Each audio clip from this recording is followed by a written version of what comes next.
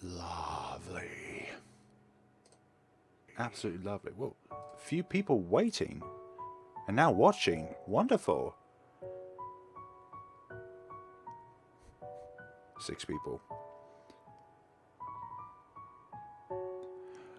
But welcome to everybody who has been waiting. I didn't know what time I was going to start. I had to do a few things downstairs in order to help put away Christmas decorations. Unfortunately, it's that time of the year where Christmas decorations are put away and stuff like that. And I didn't know when my dad was going to come home and all that jazz. So, welcome to everybody to the stream. And we are going to be playing, as you can tell on the screen, Katawa Shoujo for its 10th anniversary. Think about it. Over 3,650 days have gone by since the release of this game by 4 Studios, and this is definitely something truly special. Really special in its own way. Tea Room Studios is like a fan dub, not club, but fan-made account for Katawa Shoujo has commented on that. Greetings, creatures of Earth, I come from planet Charon. I remember that being like a Greek god for something like the underworld, if I remember correctly, so that's no good. Hello, Madakani and MKKM, welcome to the stream. We are going to be playing Katawa Shoujo today, as it has turned a mighty 10 years old, the video game. Welcome to the stream, Samwad. So, if you have played this game before to its entirety, then you would know the kind of magnitude that awaits within this game. Obviously we won't be going through the entire game within this stream. I think I would have an aneurysm or something like that if we try to cover the entire game throughout the stream. And also as well, there have to be a few bits here and there that would need censoring. Like, here and there. Even if without the adult content enabled, there's still a little bit here and there that needs censoring. But hope you're all having a lovely day where you are within the world right now. What are you currently doing? That's Sam.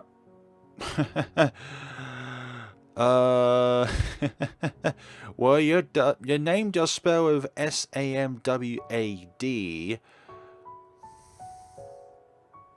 I don't know what that would stand for. But I previously played this game. Well, 10 people watching. Thank you very much for coming on board. That Jack Curtis, I'm sorry to say, but you definitely do look like a little bot. I don't know why. It's just the capitals and the lowercases in that order. Have to see how time transpires. Have to wait and see the next few minutes before we start this wonderful journey throughout this game. But with 6 people liking it already, thank you so much for coming on board. Like, I put myself off from playing this game because I knew it was going to be a really, really long game, like Aokana 4... I forgot what the actual title of that name was called. Aokana 4 Rhymes of Cross the Blue, that's the one. I knew it was going to be like a long game like that, but I am really grateful that at some point last year I decided to put all the time and effort in to make a... I've forgotten how many videos I made of this game actually, so I'm just going to try and look that up real quickly. I think it was about 35 or 36 videos. Like just going through all of the routes, and it's like a 50-hour plus game or something like that. 34 videos, okay. Unless of course I don't include all of them within the playlist. Well, I know which one's the last one. I didn't include... Why was one of them not included in the playlist? Yeah, it's definitely 35. 35 videos, and each of them are at least an hour, near 2 hour long. You seem to have 666 followers on Twitter. Yes, enjoy it while it lasts, exactly. That I've got a few friends who are in the middle of playing this game right now. They're about to do Rin's Route, which is my favourite, so I'm pretty hyped. I actually commented about that on a visual novel Discord of sorts, and people are surprised because Rin's Route is apparently the hardest one to get out of all the characters. Because I think the easiest one to get is either Emmy or Shizne's one, followed up by Lily's, then Hanako's, and then Rin is like the hardest one because you've got to do a lot of neglecting while at the same time trying to think of the route itself that you need to pan down. But like people who have played this game like years ago, when they heard that I got Rin's route first, it's like they were really surprised. Really surprised to actually get to that point. Anyways, how long has it been? We wait until 20 past 6 before we start playing the game.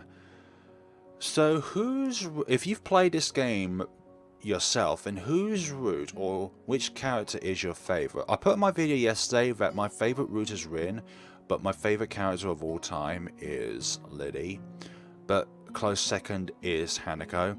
You gotta be a social outcast, but not want to be one. Yeah, exactly. You want to be at the same time, you don't want to be it. You don't want to involve yourself, but you don't want to be completely detached from society. My favourite is Hanako, easy choice, yeah, she's really sweet. Shizney, if you've played a game called Student Union, you'll probably think, like myself, that Shizney reminds you of Alice Baker from that game, because they both have the same kind of competitive nature about themselves.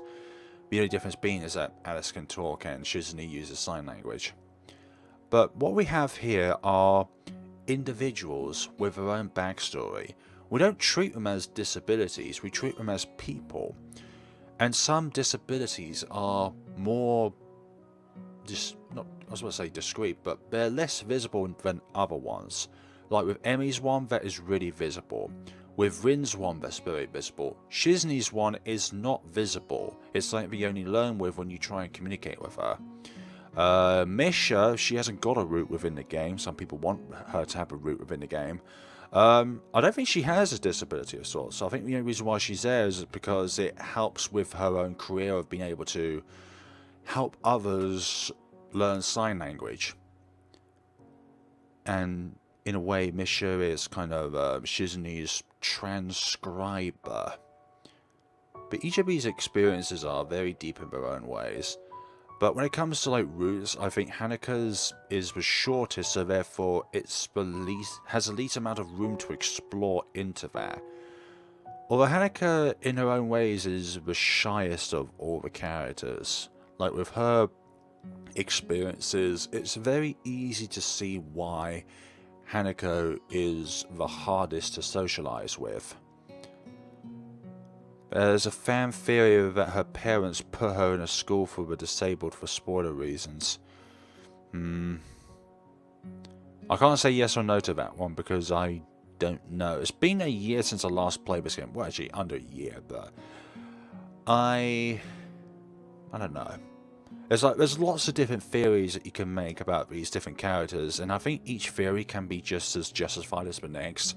Although there will be like canonical things that go on throughout the game. For example, different characters having different endings, for example, or stuff like that. You have characters with 3 different endings, 2 different endings. Let's see, Rin has 3 different endings. Hanako's has 2 different endings. Lily's has 2 different endings. Shizney has 2 different endings.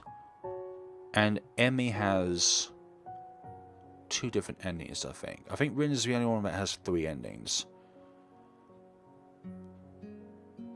Which is really bizarre. But I think each and every character within this game has their own backstory. Like in every story, they all have their own backstory. I like Hanako because she is so relatable.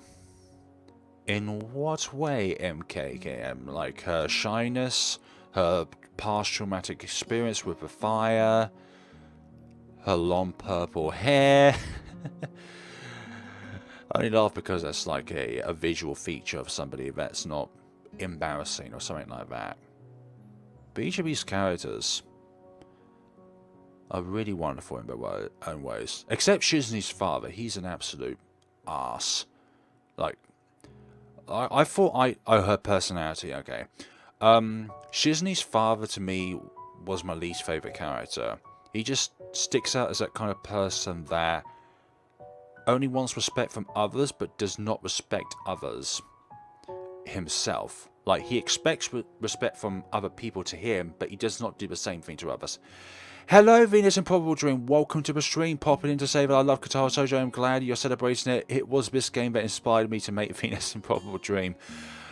Yeah, Jigoro is hilarious, but he's also really, really annoying. It's like he doesn't like anybody that you see within the game aside himself. Like he goes around with that sword of his, proclaiming like, "You children have no respect. Back in my day, we've done this, we've done that." I've been lucky enough to chat to a lot of the Katawa Shoujo developers, and they're so down to earth and lovely. That's lovely. I think that was like about 2 a.m. in British Standard Time, so I'm like, I love this game, but not enough to sacrifice sleep. Like, I love this. Anyways, it's hit 20 past 6. We shall now start our journey. Read my autobiography, so you suck less. Absolutely priceless. Ah, dear. Let us now go through this wonderful adventure. Ah, look! It's our season at the moment. Unless you're in the southern hemisphere, then it's really, really orange and heat-wise. A light breeze courses the naked branches over. Oh, I didn't watch the stream either. I'm in a Discord server with a lot of the devs, so I chat to them there. Oh, that's lovely. Like, I didn't know that. I'll have to ask you later for a link to that Discord server, because I'd love to be able to, like, talk to different developers. Like, sometimes in my spare time I talk to different people here and there for, like, other games, and it's really, really insightful to see, like, what kind of things go on throughout the game. I'm not asking for, like, you know, original ideas, stuff like that, but just the thought process while going through the game and how they piece together the game and stuff like that. But I'm not looking... I'll absolutely send you an invite on Twitter. Thank you very much. I won't read it right now, but I'll definitely check it out after the stream ends. Oh yeah, I forgot. I forgot which Discord server would that be. I have no idea. That would be a Venus Improbable Dream question. I forgot that in this game you have to mouse click rather than press enter. This is a popular retreat for couples in the summer. The deciduous trees provide a beautiful canopy, far out of sight of teachers and fellow students. But now, in late winter, it feels like I'm standing under a pile of kindling. I breathe into my cupped hands and rub them together furiously to prevent them from numbing in this cold.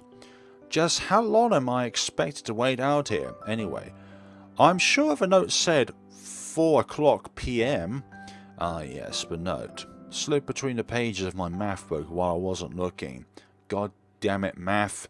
Why'd you always have to be in the way even now? Even when we're not at school, it's always math. Always will be math. It's like that spaceman meme. Wait, it's always math? Yes, it's always been math. For anyone interested, one of the Chaos developers is making a horror visual novel. Yeah, I think I remember that. They just released chapter 2, I think it was, of Historia. I've yet to check out chapter 1, but I'm definitely looking... Actually, spoiler alert, that's going to be one of my upcoming Let's Plays. It's also a horror game as well. It's very casual though, so you don't have to know much about Historia to be welcome. Ah. Let's see. What was it? As far as cliches go, I'm more a fan of the letter in the locker, but at least this way shows a bit of initiative. As I ponder the meaning of the note, the snowfall gradually thickens. Again, I forgot it was mouse click. The snowflakes silently falling from the white painted sky are the only sign of time passing in this stagnant world. Also, it may take me a lot longer to go through this game than other people do with visual novels, just simply because I'm saying each word. Their slow descent upon the frozen forest makes it seem like time has slowed to a crawl. The rustling of dry snow underfoot startles me. Interrupting the quiet mood, someone is approaching me from behind. Hi? Hi, Sal. You came. A hesitating, barely audible question. However, I recognize the owner of that dainty voice instantly. I wanna go. I feel my heart skip a beat. It's a voice I've listened to 100 times, but never as more than an eavesdropper to a conversation. I turn to face this voice, the voice of my dreams, and my heart begins to race. Oh no, not the heart. Oh dear.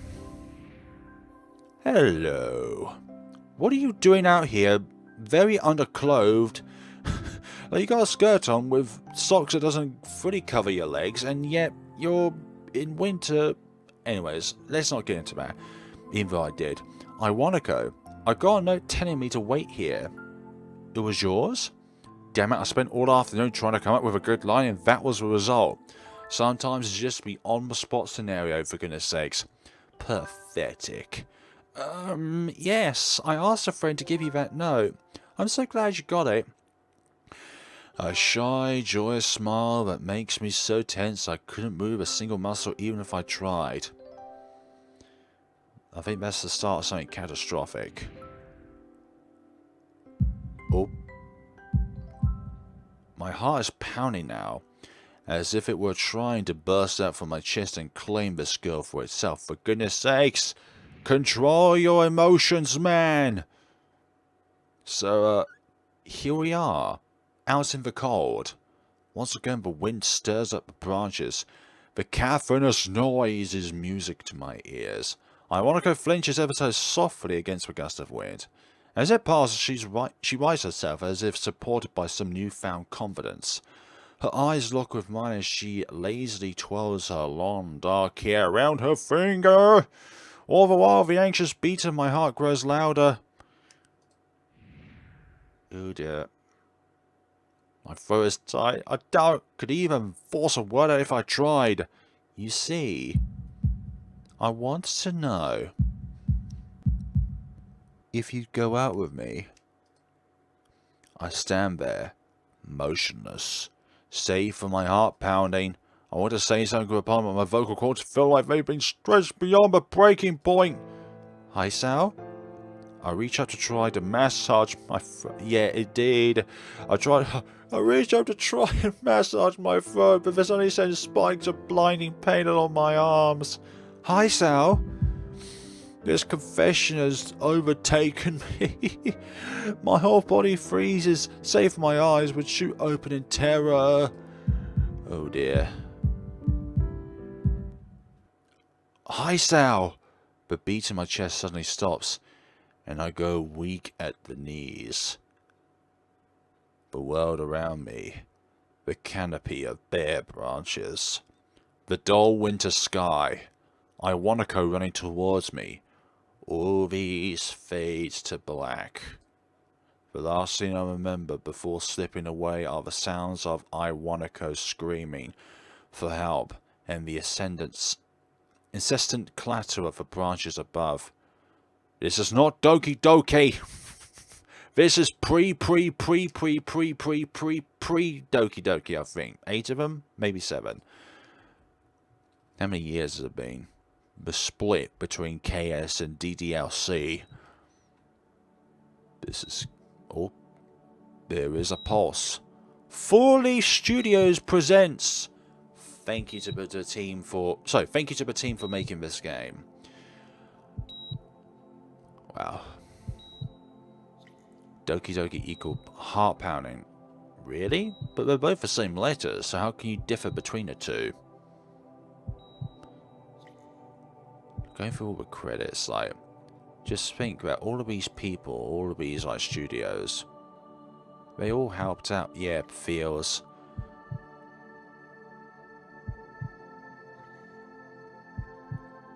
And what's also brilliant, not just the visuals, which are lovely, and the story itself is wonderful, but it's the sounds. Japanese onomatopoeia. Like, the sounds are beautiful in this game. Like, they're calming when it needs to be calm, but it's also very tense when it's tense. That's a really simple way of describing it, but sometimes it's just in the now when things are described. It's been 4 months since my heart attack. Bloody hell. Imagine just all that time flashed by your eyes and your life is forever changed by one circumstance. In that whole time, I could probably count the times I've left this hospital room unsupervised on one hand. 4 months is a pretty long time when when you're left alone with your thoughts, so I've had plenty of time to come to terms with my situation. Arrhythmia. A strange word, a foreign alien one, one that you don't want to be in the same room with, exactly. It's right there in the corner. You can't see it, but you know it's there. And it's ready to pounce on you when you least expect it. For goodness sakes, love confessions, why did you have to be the very thing that caused me to have arrhythmia? I personally don't have it, but to everybody who does have it, I'm really sorry that you do have it. A rare condition. It causes the heart to act erratically and occasionally beat way too fast. It can be the big F word. No, not that one. Fatal.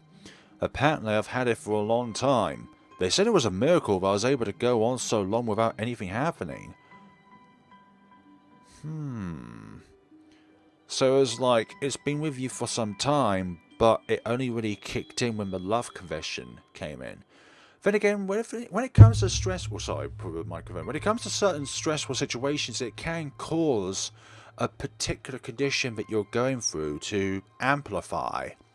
So in this case, the arrhythmia has been with Hyosal for some time, but it only really kicked in when Hyosal got that confession by Awanako.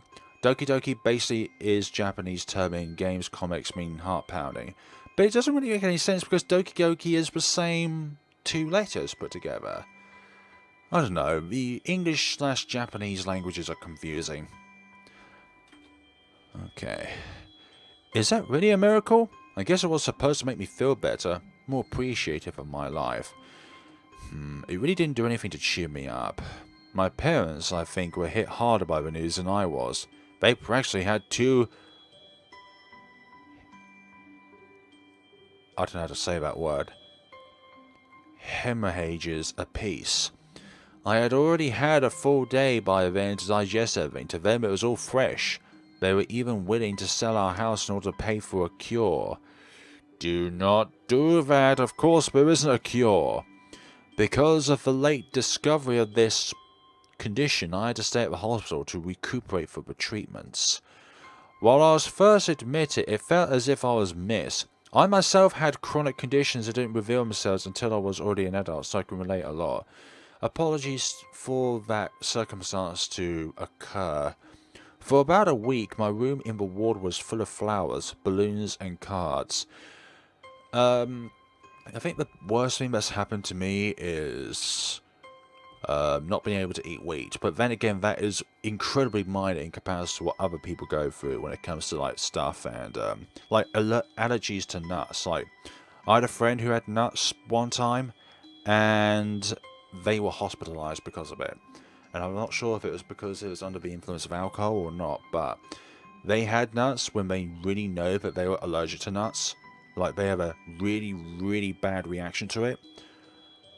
So, I think having an intolerance to wheat, so that's wheat, gluten, barley, I think it's very minor when it comes to other things. Like, gluten-free products have become more widespread throughout the years. You're in time. Welcome to the stream, Lundale Pro. Hemorrhage. I've butchered that again. Anyways, back to Katawa Shoujo. But one thing that players should see within this game when they're playing it is that they become accustomed to the environment around them, but at the same time, you're not talking to people that you should label them as disabled. You should treat them as people. Howdy doody, how's your day, Flair? My day is very well, thank you very much. Just putting down the last of the Christmas decorations today, and now we're here, celebrating 10 years of this game, despite the fact that I've only discovered it less than a year ago. But going through this game again, it's a real treasure to go through. Like, this is definitely for me a top 5 visual novel of all time. I realised that the only reason I had gotten so many cards and flowers was because sending me their sympathy had been turned into a class project. Oh dear.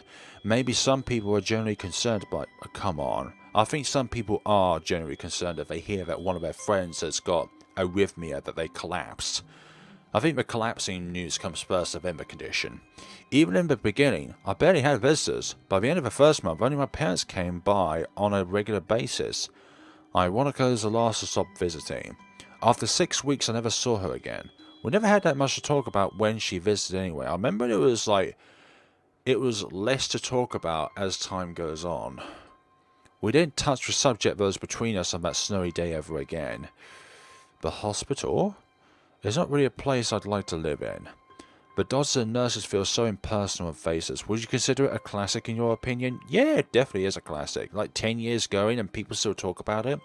That's definitely a game that you would consider a classic. Like, it goes on throughout time and people still refer to it for inspiration, for aspirations, and everything like that. The doctors and nurses feel so impersonal and faceless.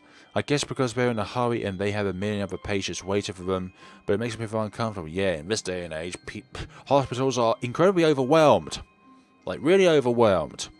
And it's nothing to do with the fact of anything that, when this game was made, it is anything like that. No, it's because there's some other, like, pathogen that will not be mentioned, but we know what we're talking about here. For the first month or so, I asked the head cardiologist every time I saw him for a rough estimate of when I'd be able to leave.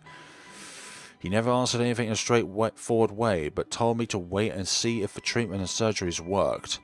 So I idly observed the scar that those surgeries had left on my chest slowly change its appearance over time. Think of it as some kind of an omen. I still asked the head cardiologist about leaving, but my expectations are low enough now. Oh, hold on. My expectations are lower enough now that I'm not disappointed anymore when I don't get a reply. The way he shuffles around the answer shows that there is at least still some hope, because he doesn't say no outright. At some point I stopped watching TV. I don't know why, I just did. Maybe it was the wrong kind of escapism for my situation. I started reading instead. There was a small library at the hospital, although it was more like a storeroom for books. I began working my way through it, one small stack at a time. After consuming them, I would go back for more, until there's no more knowledge left to consume, which is impossible. Here's a question for you, and this is a really simple question. Which of the characters in this game uses their feet to paint, well, not brush, but to do things on a day-to-day basis? Which of the characters within this game uses their feet to do things in? Hey Flair, do you have a Switch? If so, what games do you play? If not, what games do you play? It's like, what games do you play? Or if you don't have a Switch, what games do you play? I do have a Switch. I'm at the moment currently playing Brilliant Diamond, you know, the Pokemon game. Other games I play, like Mario Kart 8, or what other ones do I have? I think Sword and Shield, one of those. Yeah, that's correct, by the way. Like my Switch stack pile or something like that is not that great. I've got like 5 or 6 games. And other ones are like New Snap. One other game as well. I can't really think of it, but I've only got a few games which you can literally hold in your hands. I remember that meme at the very beginning when the Switch just came out of people licking the cartridges. I'm like, what are you doing with that? Okay, I found that I liked reading, and I think I even became a bit addicted. I started feeling naked without a book in my hands. Wow! Can you race on Mario Kart 8 or fight me in Pokemon Shield one day? We'll see how the time goes on. But I love the stories. That was what my life was like. The days become increasingly harder to distinguish from each other, differing only by the book I was reading and the weather outside. It felt like time blurred into some kind of gooey mess I was trapped inside instead of moving within. Yeah, if you're stuck to the same place, it does feel like that. Time has stuck still, like if you're in the same place for 4 months straight and it feels like nothing's changed, except the fact that you know time's gone on by, but there's no visual change to your environment. A week could go by without me really noticing it. Sometimes I'd pause in realization that I didn't know what day of the week it was. It felt like that recently with Christmas. But other times, all the things that surrounded me would painfully crash into my consciousness through a barrier of nonchalance, I don't know how to pronounce that word, nonchalance I had set up for myself. The pages of my book would start to feel sharp and burning hot, and the heaviness in my chest would become so hard to bear that I had to put the book aside and just lay down for a while, looking at the scene as if I was going to cry. But that happened only rarely, and I couldn't even cry. I ran out of tears to cry with. Damn, today the doctor comes in and gives me a smile. He seems excited, but not very. It's like he is trying to make an effort to be happy on my behalf. Well, imagine a patient seeing a doctor come into the room and they're all gloomy and miserable. Like, how inviting would that be? Imagine not crying. Oh, for goodness sakes, not these. Oh, there was one like that earlier. Like somebody with a, I don't know, it's like a Russian name or a Polish name. Right. Had. And there was another one up here somewhere near the beginning. Jack Curtis will also, unfortunately... There we go. Like, they just look like bot messages. Hello, Marcia. Welcome to the stream. My parents are here. It's been a few days since I've last seen them. Both of them are even sort of dressed up. Is this supposed to be some kind of special occasion? It's not a party. Is it your birthday? There is this ritual the head cardiologist has. He takes his time, sorts his papers. They're setting them aside as if to make a point of the pointlessness of what he just did. Then he casually sits down on the edge of the bed next to mine. He looks me in the eyes. So I'm looking at you dead in the eyes. And I'm going to tell you this news whether you want it or not. Hello, hi Sal. How are you doing today? I don't answer him, but I smile a little. Back at him. I believe that you can go home. Your heart is stronger now, and with some precautions you should be fine. We have all your medications sorted out. I'll give your father the prescription.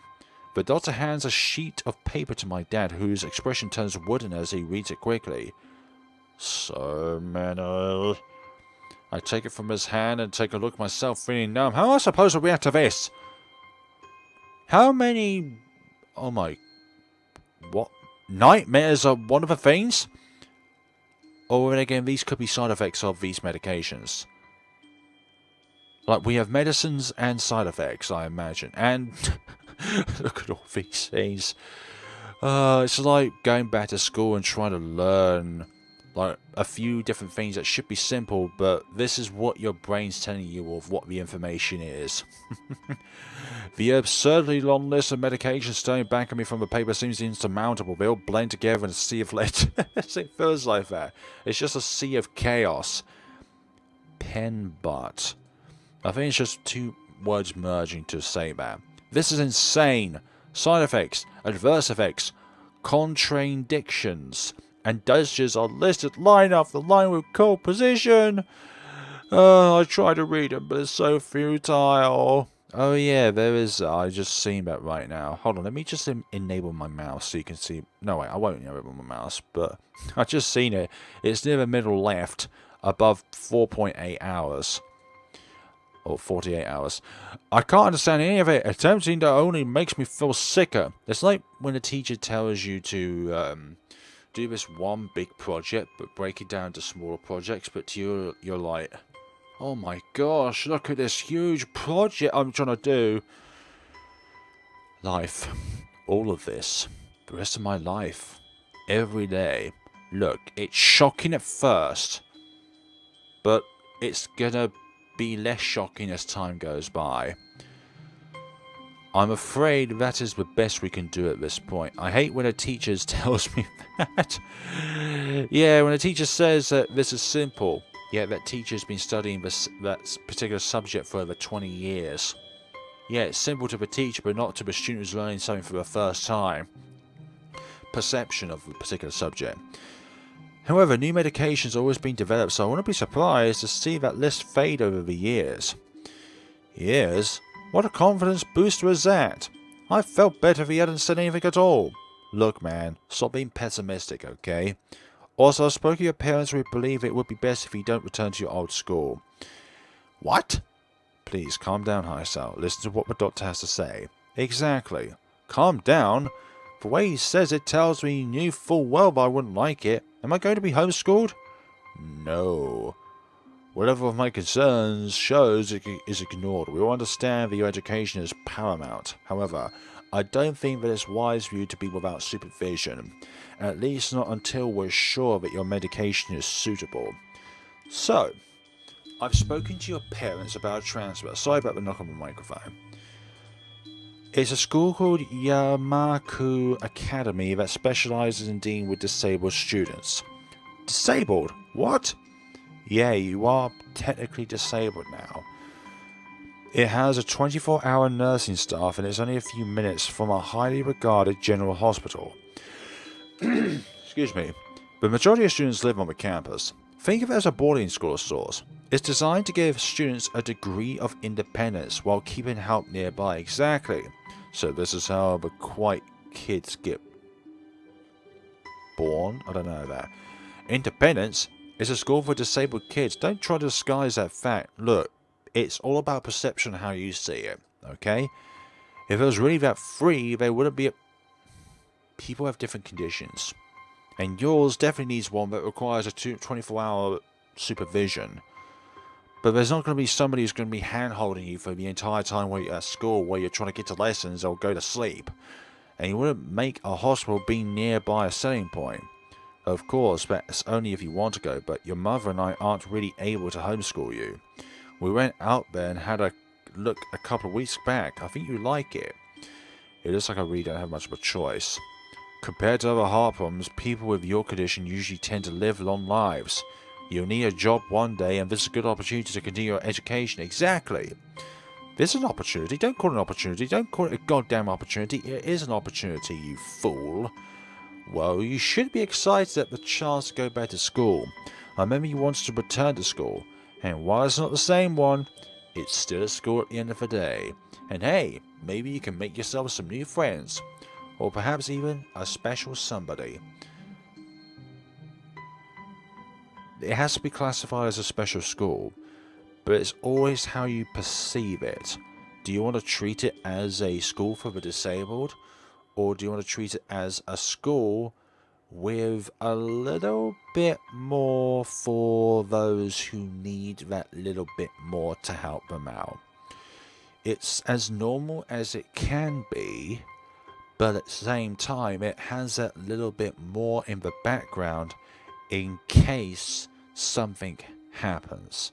Like if your arrhythmia kicks in, then there will always be somebody nearby that can help you out. Never treat it as an inability. Disabled is something that you classify as, but you should not classify disabled as unable or an inability. An insult? That's not an insult. That is what I want to say. It's a step down. It's not an insult. It's not what you think. Exactly. It's not what you think. All of the students there are pretty active in their own sort of way. Exactly. We all have our own stories. Some of them are more visible than others.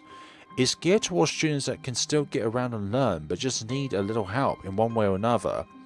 Your father's right, and many of the graduates of the school have gone on to do amazing things. A person doesn't have to be held back by their disability. Exactly. Absolutely.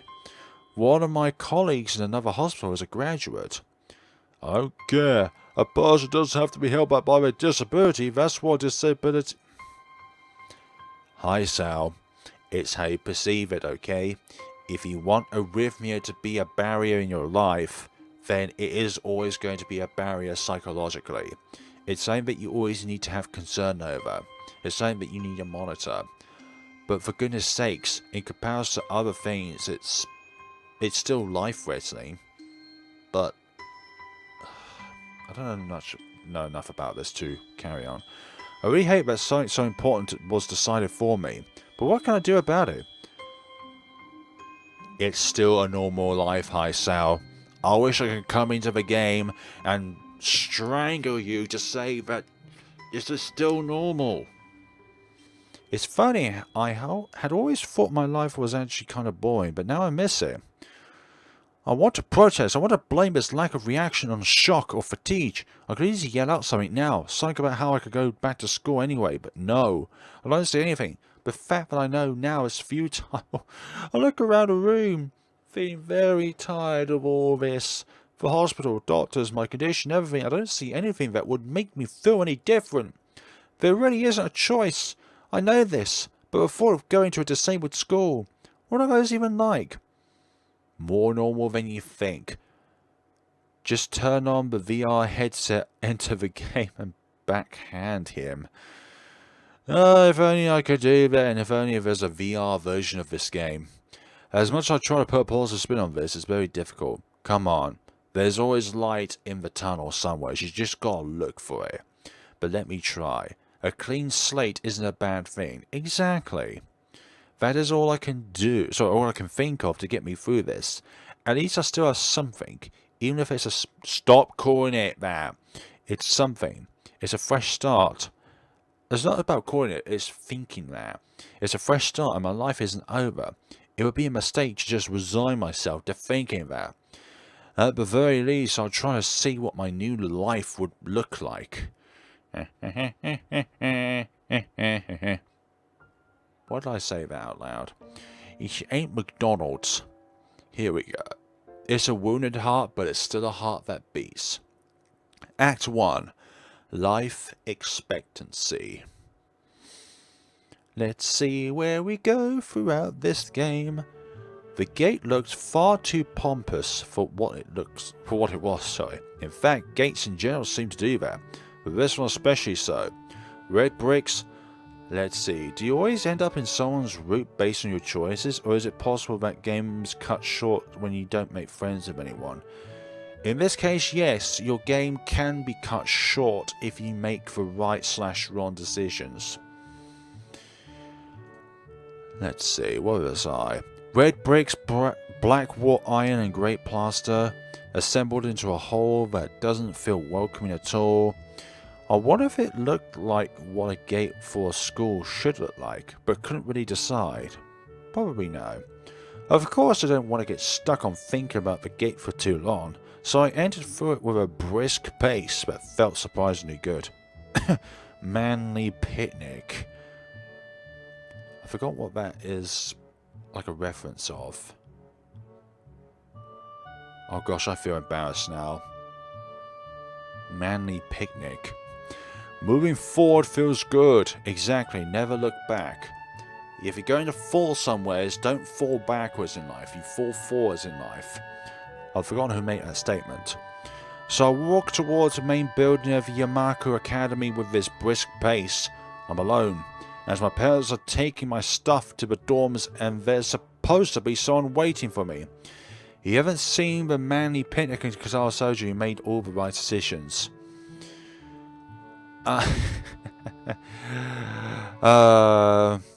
It's not with Kenji by any chance.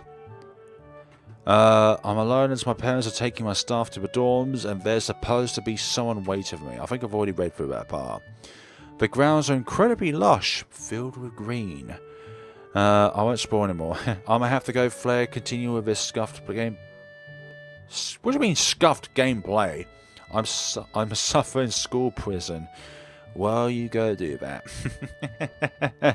I'm just kidding. Have a lovely day where you are. And thank you for coming on by. It doesn't feel like the kind of grounds a school would have. More like a park. With a clean walkway, going past trees and the smell of fresh cut grass and all other park-like things. Words like clean and hygienic pop into my mind and makes me shudder. And what's wrong with that? I shake them off. Stay open-minded now. It's your new life. You have to take it as it comes. That's what I tell myself. A few big buildings loom behind the leafy cavernous. Too big and too many for just a school. I'ma go watch this later when I get free time. Appreciate that. Everything seems off. It's different from what I thought I knew about schools. It's an uncanny valley. Even though I was told this is my new school, in the back of my head it doesn't feel like it. Like one. Well, this is your first hour or so here, so obviously it's not going to feel like home on the very first day, or even the first week, or probably even the first month.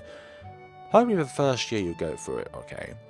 I wonder if the feeling is real or caused by my expectation of a school for the disabled. Again, stop thinking disabled as unable. Speaking of that, I don't see anyone else here. It's kind of eerie. Yes, Halloween time.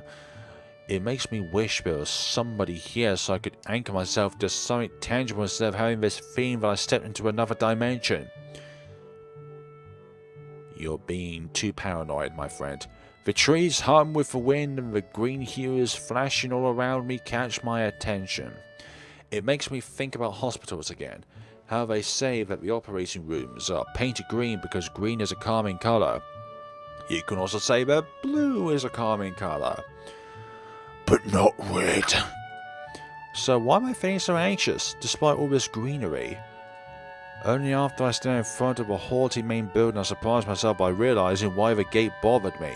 It was the last chance I had to turn back. Even if I had no life I could return to, but still after entering there was absolutely no way I could go back anymore. Feeling nervous and with this realisation sitting in my head, I open the front door. A tall man with bad posture notices me as I enter. We're the only people in the lobby, so it's only logical. You must be Nikki? Nake.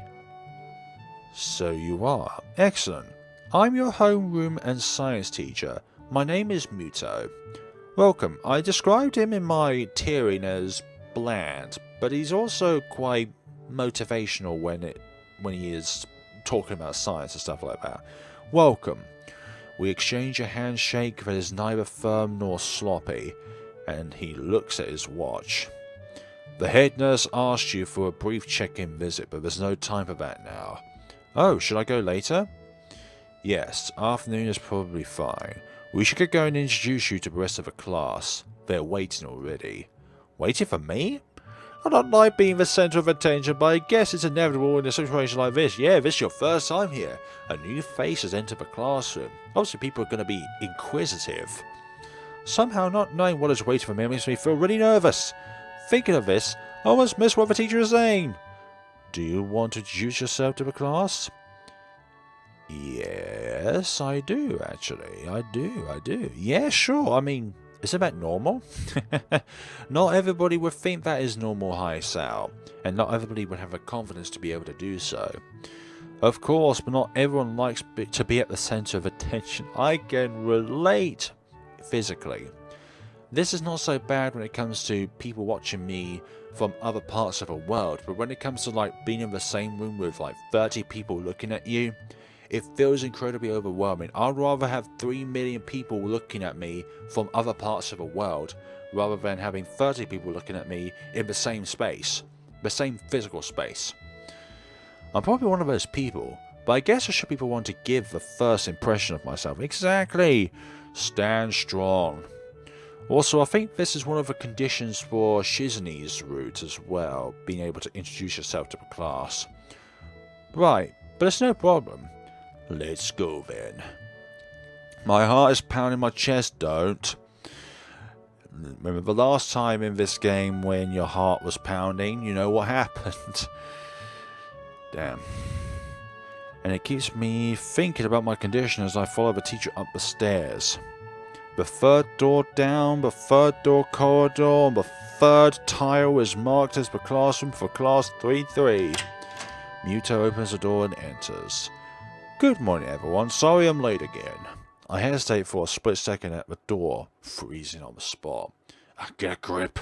This is a big step, I know that. But there isn't any point to worrying so much about it. At least not this soon. Exactly. I follow the teacher into the classroom and look around, partially so I won't have to meet the curious gazes of my new classmates. It's pretty spacious.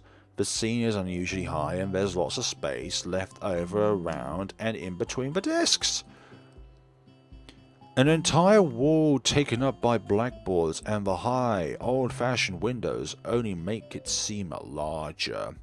The students' desks are just standard wooden desks, with a shelf underneath for books and wooden chairs with metal frames, simple and efficient. It's how it should be. So what do we have here? We have ourselves, in view, we have Siki? I've forgotten her name, but she's one of the cheerful ones in this classroom. cheeky ones. And then there's Hanako to the back, third from the back, second from the right. Hello, Hanako. Also, hello as well to everybody watching right now. Stop walking in front of a classroom and face the other students. They all look normal, like students in any other school. Exactly, but then why would they be here? Everybody has their own different stories. They're probably like me and have something wrong with them. Only it's just not immediately obvious. Then I noticed that one of the girls seems to be missing the thumb of her right hand. It's a little jarring. There's Shizney and Misha. Despite the natural tendency to listen to when someone's talking about you, I tune out the teacher's speech halfway through while he introduces me to the class. I notice a flash of dark hair and see that someone is looking at me, a girl with really long straight hair. And it's pretty eye-catching. As she sees me looking back at her, she covers her face with her hands and it makes her look invisible. There's one boy with a cane leaning against the lockers at the rear of the class. It's weird seeing someone so young with a cane. It actually isn't really that weird. Another girl seems to be making some weird hand motions. Sign language? She peers at me over the rim of her glasses then goes back to whatever she's doing. That would be Shizney, wouldn't it? She's gonna give... Okay, we have to do that first then. So is the cheery looking girl with pink hair sitting next to her. She's really hard to miss. I don't know how I didn't notice her the moment I walked in. She's like a sore thumb. Please welcome our newest classmate. He claps his hands and so does everyone else, except one girl in the first row who has only one hand. I cringe a little. Do not cringe by it, okay? We all have our own stories. This is the kind of thing we go through in life. We see something that is somehow out of the blue and we have a knee-jerk reaction to it. Lily is in another class. She is within another class, Lily is. She's in a class that's more oriented for people who have trouble seeing, if you get what I mean. A collective silence tells me I should open my mouth now. So, I'm Haisao Nakai, and after that, my hobbies are reading and soccer. I hope to get along with everyone, even though I'm a new student. It doesn't matter if you're a new student. It doesn't matter. You can accommodate yourselves to a group of friends even though people have already made friend groups. And after that, I'm being so bored it's exactly every self-introduction ever. I should say something more exciting. I end up saying nothing and the teacher picks up from there. Everyone seems to be satisfied even with what little I said. A few girls are whispering to each other, throwing glances at me. It could have gone worse. Exactly. I listen to the teacher as he drones about gets along while letting my gaze sweep across the classroom. I think I just remembered now, Shizney is both mute and deaf, if I remember correctly. Okay, let's move on. Everyone seems to be listening to him intently, and when he does, they clap their hands again, which feels like a weird thing to do. The first row girl claps on this round with her one hand against her other wrist when... I got something caught on my throat there, sorry about that. Ends in a bandaged stump. It makes me feel a little bad. Don't feel bad. We all have our own different backstories after all. We're going to be doing some group work today, so that'll give you a chance to talk with everyone. Is that okay with you? Yes, fine with me. That's good. You can work with Hakamichi. She is the class representative. Oh no, not Shizney. She can explain anything you might want to know. And who else would be able to do that better, right? Exactly. How could I know? The teacher passes out the day's assignments and announces we will be working in groups of 3. It hits me that I don't know who Hakamachi is. Slowly, the teacher seems to catch my helpless expression. Oh right, Hakamachi is right there. Shizney Hakamachi. As he calls out her name, the cute, bubbly-looking girl with bright pink hair and gold eyes waves her hand at me. I take a seat next to her by the window. Hello. Hey, I guess you're Hakamichi, right? It's nice to meet you. A distinctive laugh. What? I'm caught off guard by her laughter. It's nice to meet you too, but... crosses out Shizney. But I'm not Hakamichi, I'm Misha. This is Hakamichi, Shai-chan. Who's Shai-chan? Giggling, Misha points to the girl next to her, the one I saw using sign language before. It looks like she's been staring at me this whole time. She nods once, non-heartedly, to show that she acknowledges my presence, but only barely. She has short yet carefully, neatly brushed hair, a pair of oval-shaped glasses balanced on the tip of her dainty nose, and dark blue eyes that seem to alternate every few seconds between analytical and slightly bored. Very precise. Analyzing. It's nice to meet you. She immediately looks at Misha, who smiles and makes a few quick gestures with her hands. Hanamichi nods and makes a few gestures of her own. I started to wonder if the teacher was messing with me, saying things like, "You'll be able to talk to people," and "Who better explain things to you?" Look, I don't think he was actually trying to mislead you, okay? I can see you're a little confused, right? Right? But I understand why you would think I was Shai-chan. Shai-chan is deaf, so I'm the person who translates things back and forth for her. It's nice to have someone like that. I'm like an interpreter. She says it's nice to meet you too. You're the new student, aren't you? Well, Shai-chan, of course he is. If he wasn't, he would have been standing up there for no reason, right? Right? Right, everybody? I don't know. Okay, another question for you guys. Who is the girl that is most likely compatible throughout the entire game as being somebody that runs a lot? Like, out of the main routes of the game, which of the girls is the one that most likely runs a lot?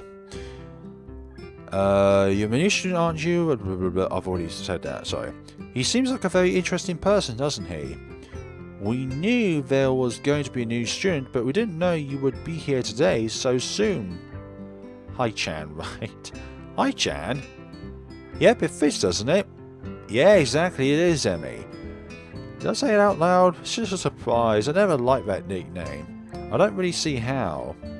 It fits. You look just like I imagined. How, Misha? Yeah, you look just like a Hi-chan. And what does a Hi-chan look like then? I wonder why everyone seems to think so. I think it's just a Misha thing. Hanamichi taps her fingers on the desk to get Misha's attention. They gesture back and forth to each other excitedly, their hands a blur. Misha seems a little overwhelmed. I'm going to have to pop in and out, but enjoy the stream, everyone. Thank you very much for popping it on by Venus Improbable Dream. And hopefully your day goes well where you are. Right. Sorry about that. Shai-chan wants you to know that she's a class's rep. So if there's anything you need to know, you can feel free to ask her. I think I'm going to go further at this point in time if I write down what my concerns are.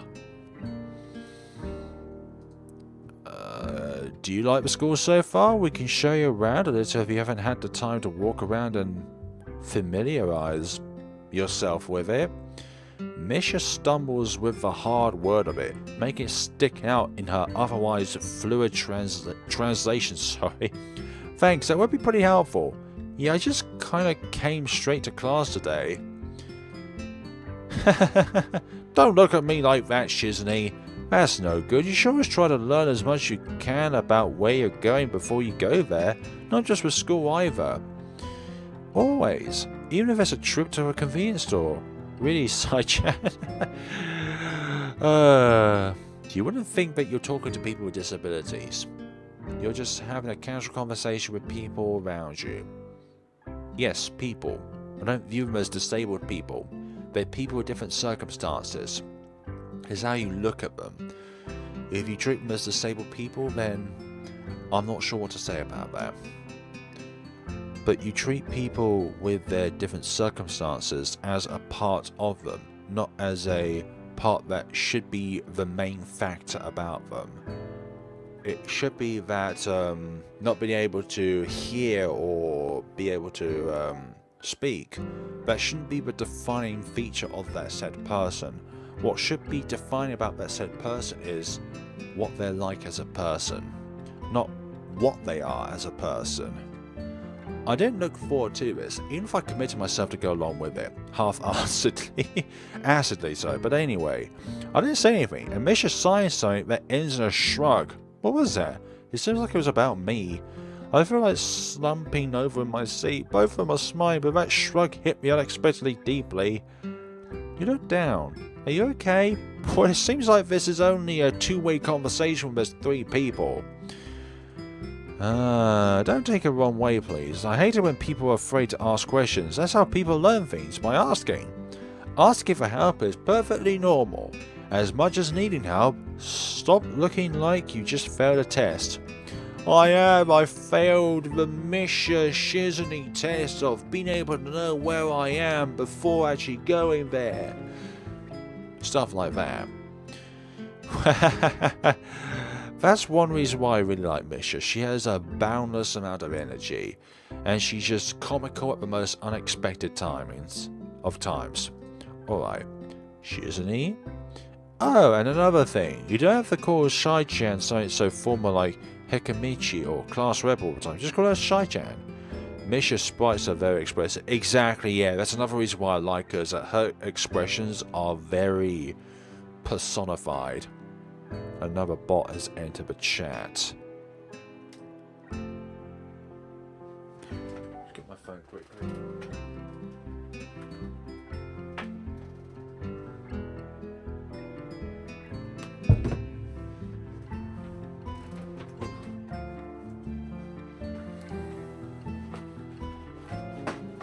Cool. See what's going on here.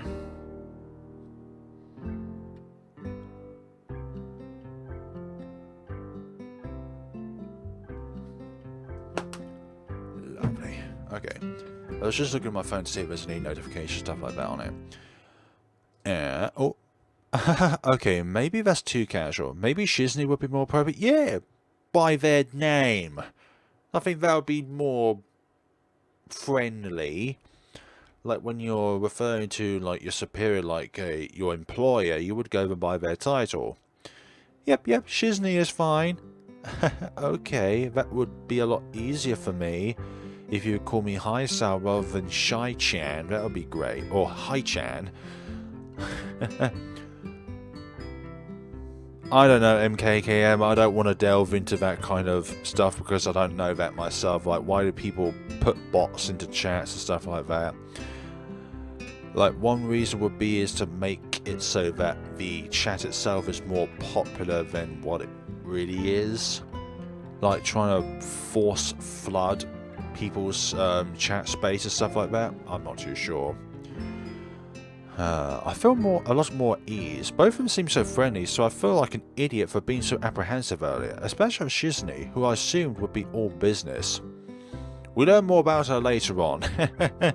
And while she's not all business, she is very competitive. Well, she still seems like that, so just less so, I guess. Mysteries of internet. Yep, mysteries of the internet.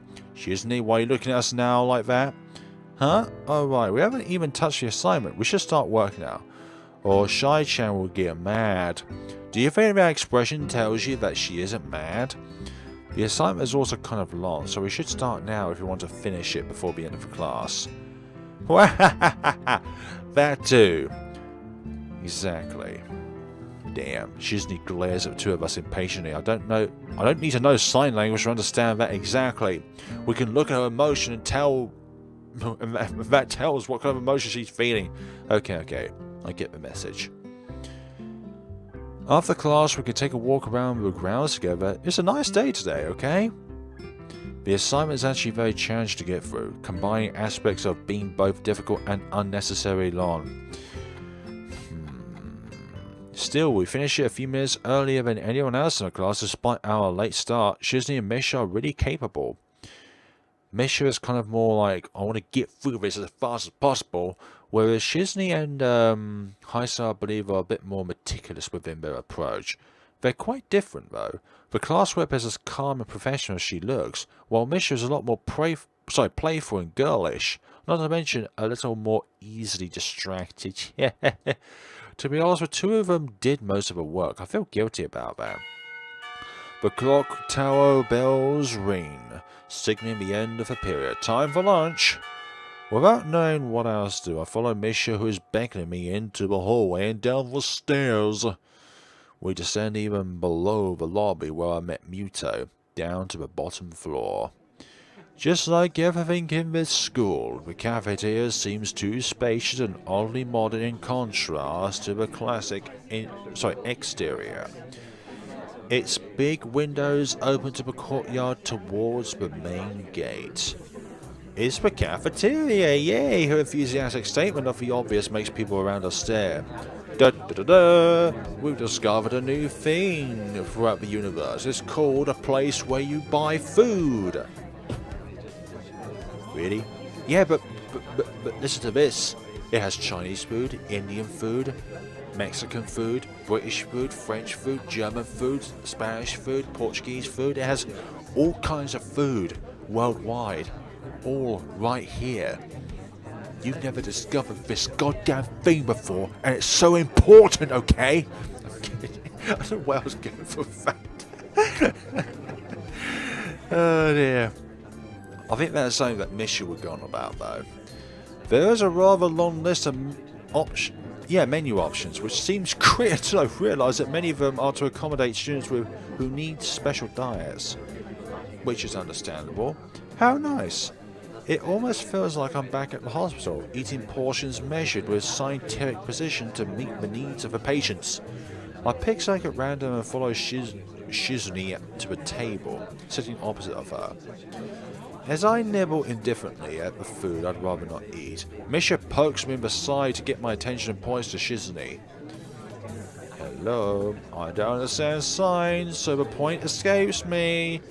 Maybe looking at a person who talks to you is proper and polite. Do you want to know something? What? About anything. We're your guide, so you should ask if there is something. Aha. Now I'm going to give you another question regarding about these multiple choices. What choice in here benefits what characters? I don't think the last choice benefits anyone though.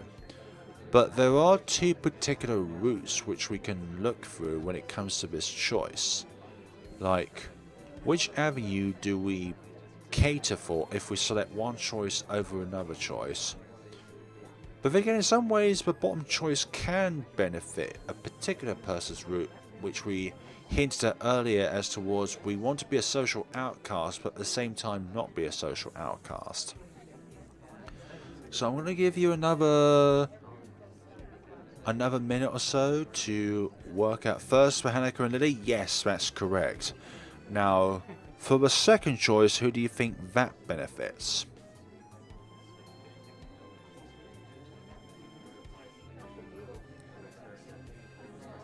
Grab myself something to eat. Got myself a gluten-free hamper box from my brother and brother-in-law, and it's really nice. It has all sorts of different like cereal bars and stuff like that, all in gluten-free, which is lovely. So I've got oats and chocolate biscuit bars, got oat biscuit breaks, got a honeycomb salted caramel bar. I haven't played those. Okay, so I'm just going to grab myself a flour white raspberry crumble bar, which is also recyclable as well when you finish with it. 95 calories, 100% recyclable, fair trade, vegetarian, gluten-free. It's all good. Okay, so I'm going to tell you. The second choice here, which is I think I've got everything I need to know, that benefits if you want to pursue Shizune's route. And the last one in some way can benefit towards pursuing either Emi's or Rin's route within the game. So in that case, we're going to be selecting the first one. Oh yeah, is there a library in the school? Lately I've gotten into reading a lot, so I'd like to check it out exactly. maybe they'll give Shizney some kind of prompt towards, like, what kind of character we're pursuing or something like that. I don't think that's the case, actually. Misha gives a kind of frown but makes it clear she doesn't consider reading a healthy hobby, but then picks up a smile again. There it is, it's in the second floor. We can show it to you sometime. Thanks. I return to my food while the girls talk between themselves. It feels like a conversation which I don't know anything about because I can't read their language, or the language which they're talking in. Misha and Shizney sign back and forth very animatedly, throwing sideways glances at me, but Misha refrains from translating. Another bot. For goodness sakes, go away bots from the chat. Hide user. Like, what can a man do to disable these bots from commenting?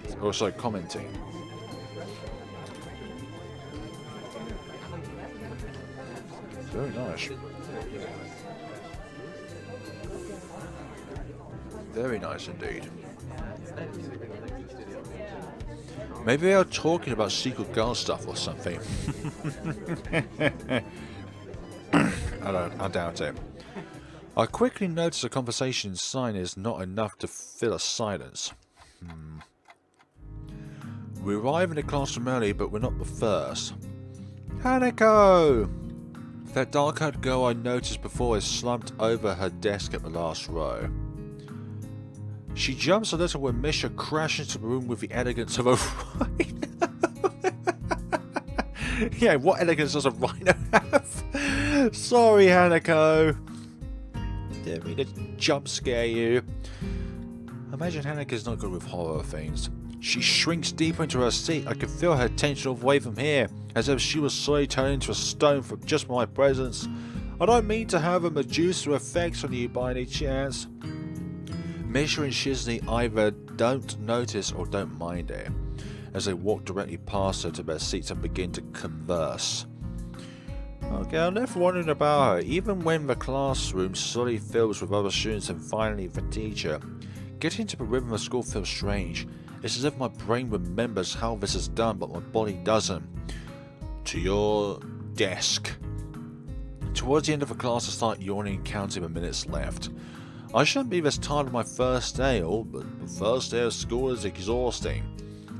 Maybe it's the long time spent in the hospital that made me like this. I'm even feeling physically weak and lifeless. It's to be expected. Some gentle walks might help out. Before long, the final bell rings. School is finally over for the day.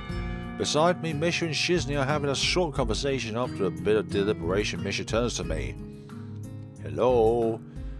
Unfortunately, we can't stay and show you around today, Hai-chan. We've got to hurry already, since there's a lot of work for us to do.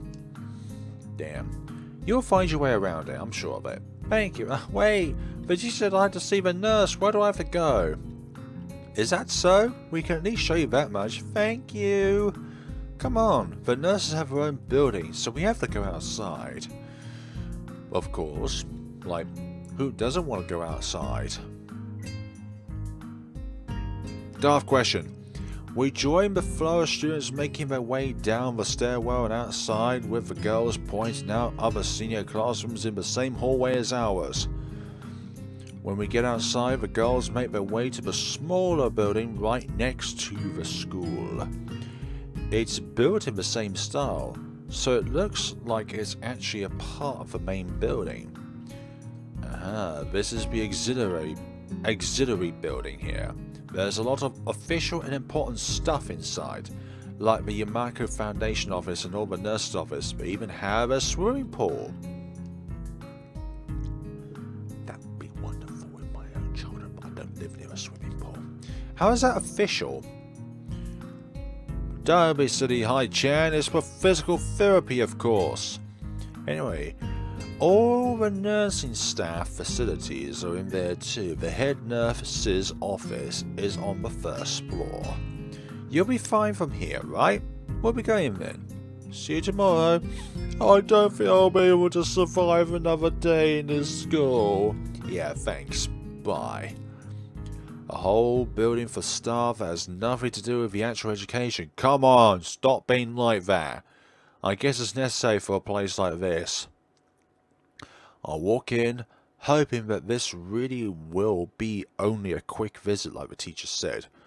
On a white door on the left there's a green cross with the text, Head Nurse, and a nameplate.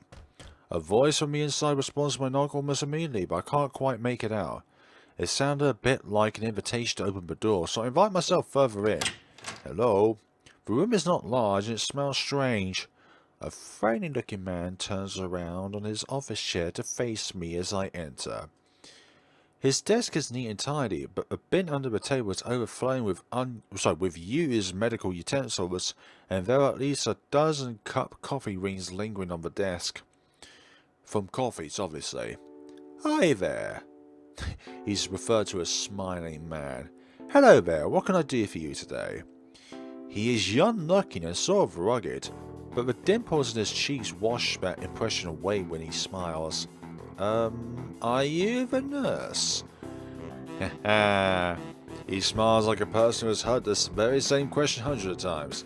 Why, yes, I am. It says so on the door, no? I don't know, you could be an intruder for all we know. You could call me by my name or just the nurse like everyone else. Of course, I shake off my confusion and realise I should probably grab his extended hand.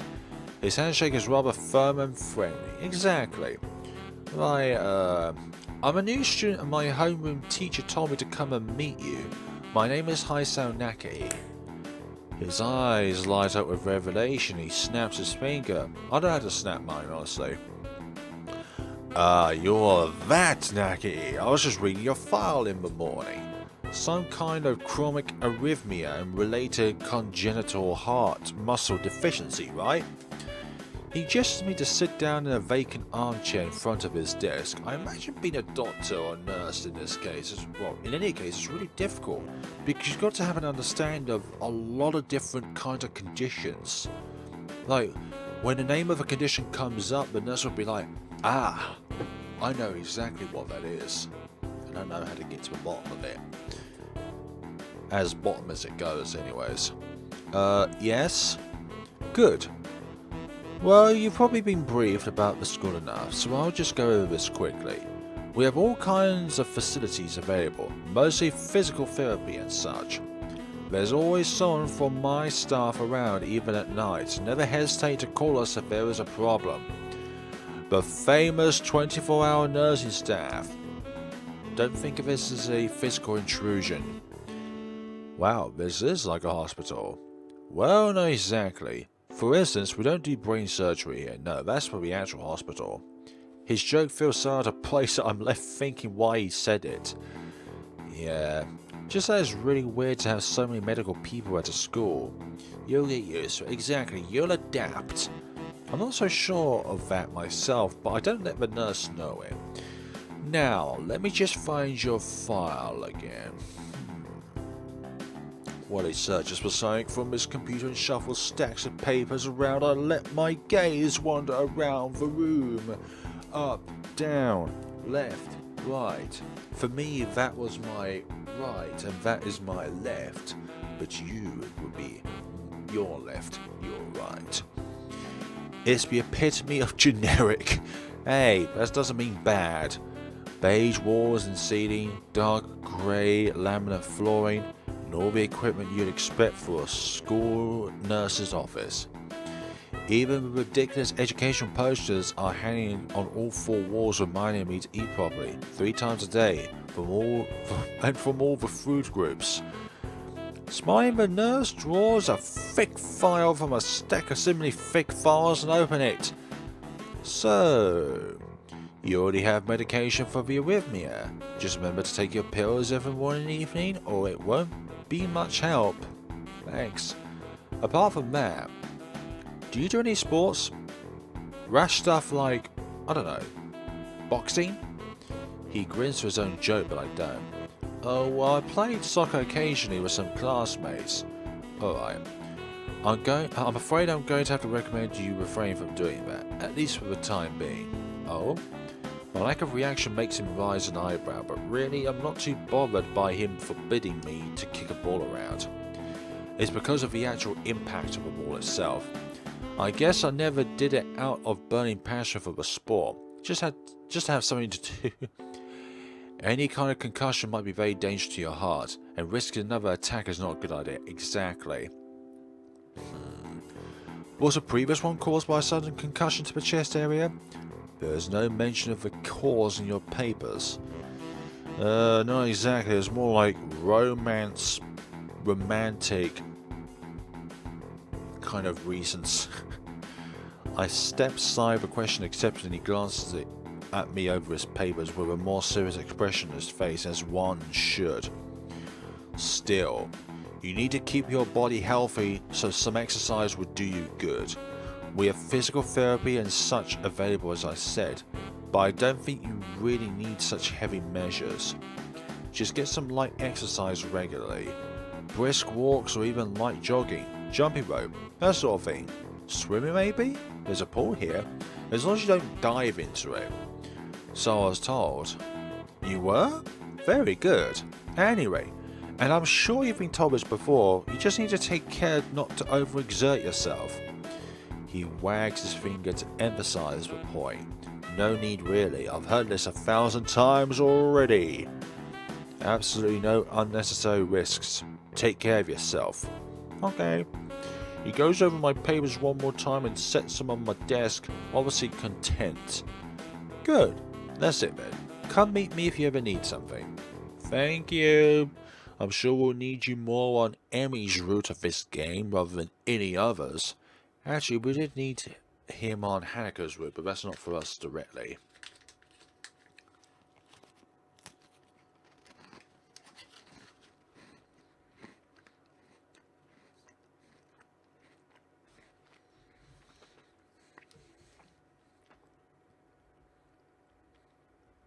Come on, phone.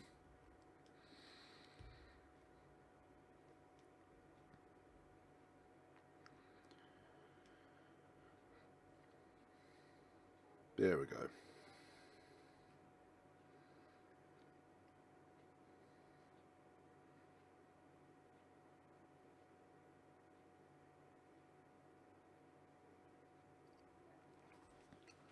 Awesome, I'll check that out later, being a simple dream.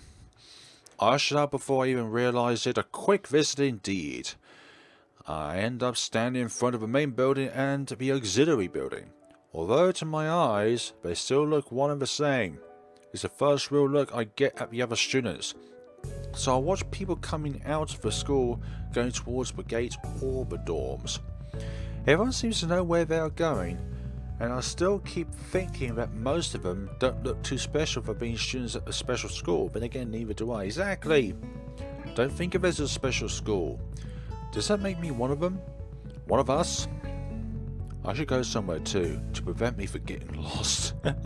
It's around dinner time, but I feel tired instead of hungry. The wariness in me only grows as I trot towards the dorms, sit a little way apart from the main building complex. There is a garden source between the school and the dorms, shrubbery, flowers, and the overbearing smell of fresh cut grass that fills the atmosphere. It dawns on my tired mind that the smell feels novel because I haven't been outside at all for so long.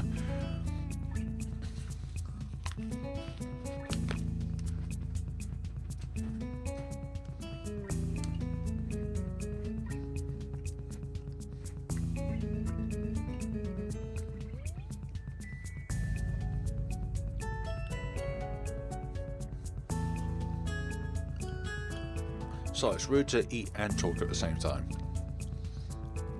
The dorm building is big and made of red brick. Like the others, it feels way too pompous for what it is, so I push forward going inside.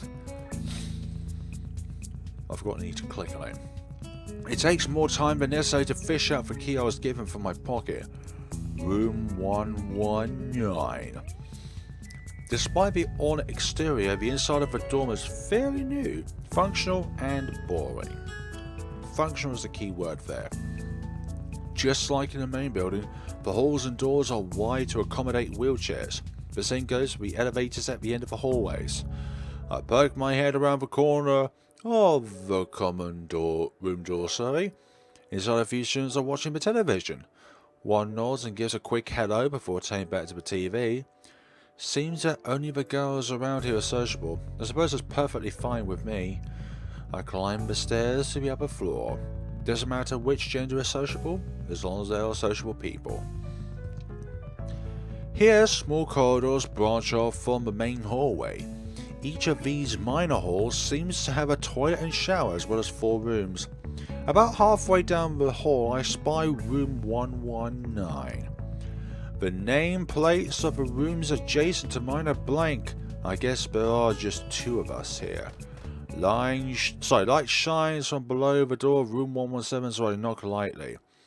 Hello, is anyone home? From inside I hear a few movements, then the clicking of way more locks than I thought these doors had. After a moment the door squeaks open. Hi, Kenji. A bespectacled boy is standing in the doorway. He's looking at me very intently through his extremely thick eyeglasses. Who is it? Blind? No, at least not completely. Why would he have eyeglasses if he was?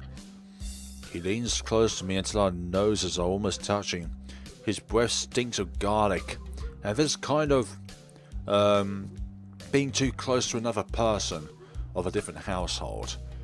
Hi, Saunaki. I'm moving into the next room. I thought I should introduce my... His face suddenly brightens in realization, and he stands back upright, thrusting his hand out in a smiling greeting, almost straight to my... How do you pronounce that word? Oh, sup dude, the name's Kenji. Ah, hi. I take Kenji's sweaty hand and shake it, still a little rattled by the sudden change of attitude and vehement welcome. There were some suspicious looking people going in and out of your room earlier. It was probably my parents. Your parents? You sure? 'Cause they could have been some other people too. You can't judge a book by its cover. His out-of-place proverb is left hanging between us awkwardly as I try to think of some way to respond. I say the chances are high enough. He shudders and makes some exaggerated hand gestures. You're a brave man, Haiso. Me? I don't think I could trust the chances. The only one I trust is myself. Does that mean I shouldn't get to know you either? He thinks about this for a while. A wise decision. Damn, you are smarter than you look. Probably. What do you look like? I hope not smart. He squints his eyes and leans closer again, but I lean backwards to dodge it. Never mind, it doesn't matter. That he turns, fumbles around, and for a moment such the door handle and shuts the door behind him. I slide the key into the lock of the door marked 119. Bleak beige walls, white linen, a desk made of some type of light wood, ugly curtains. It's no one's room. Impersonal, like my hospital room was. My bags are sitting in front of my bed, looking a lot emptier than they did this morning. The closet is sitting open, stocked with my clothes. Now here's another question for you people to answer. And that question is, which of the characters in this game have a younger sibling? There we go, there's one for you. The closet is sitting open, stocked with my clothes. Also, it seems that there are a number of school uniforms hanging there as well. A notice pinned to the sleeve of one of the shirts. Hi, Chan. We've unpacked your things and made your bed. Wait, who calls me Hi, Chan? I thought the only one was Misha. They said if these don't fit, then you should go to the office tomorrow. If you have any problems, you can always call us. Love, Mum and Dad. Lovely. Well, at least I don't have to worry about unpacking. Indeed. I kind of hoped I would have. But, so then there would be something to do. Yes, it was Shizney. She has a younger brother? It's still too early.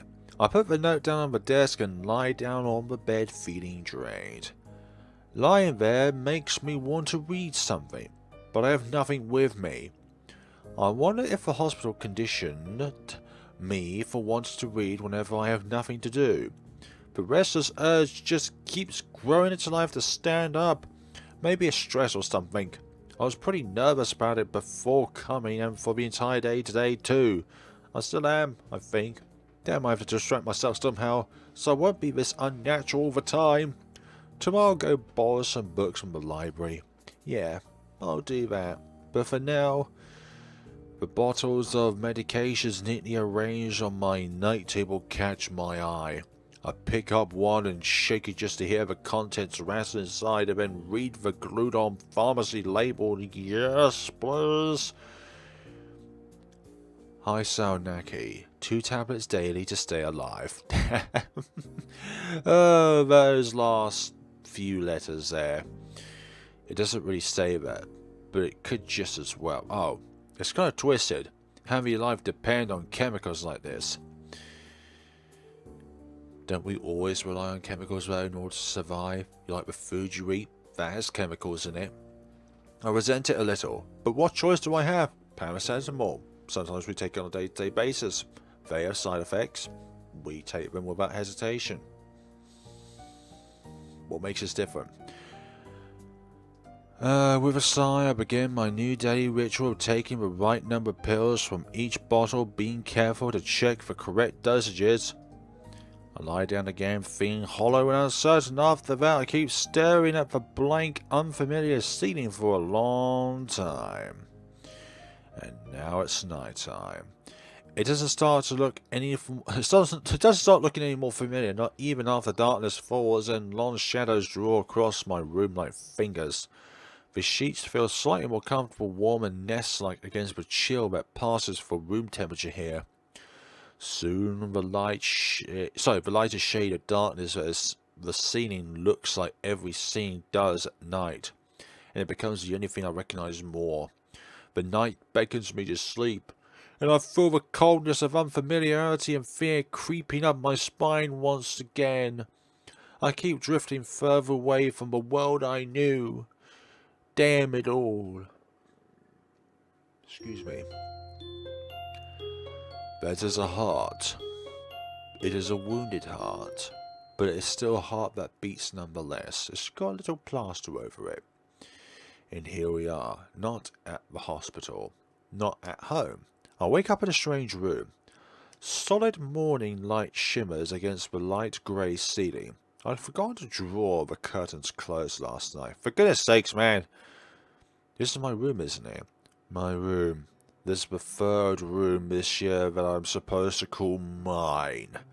Various things around here remind me that indeed it was me who is supposed to be the one living here. My bags on the floor, my new school books on the desk. Exactly, it all points to you, Hi Sal. My numerous medications on the night table. I stare at the bottles for a moment, deliberating until I open a bottle, shake out a pill and pop out a tablet from a foil sheet. I down them with a chase of water without thinking about the chemistry. My uniforms are in the closet. I slink out from underneath the sheets and stretch my back before dressing up for the day. A good stretch is always good in the morning, or in the afternoon, or in the evening. Depends on what time you wake up. Putting on a new school uniform feels like dressed in someone else's clothes. No. The artificial smell of generic detergent invades my nose, but feeling a fresh cloth against my back is a good one. A natural one. It feels like a school uniform, as it should. It's not much different from what I used to wear before. That goes for other things too. So far, this place seems more or less like a normal school, except for the people. I think back to my talk with Kenji yesterday, Misha's constant laughter and Shizune's sweeping sign language gestures. Well, I only met 3 students so far. Maybe they aren't about normal, but I'm sure others are. They are normal in their own ways. Or perhaps people like them are what passes for normal around here. Stop trying to classify people. Yeah, what does pass for normal around here? What do people do? I didn't see a lot of kids hanging around after classes yesterday, so maybe there are clubs. If so, I wonder if I should join one.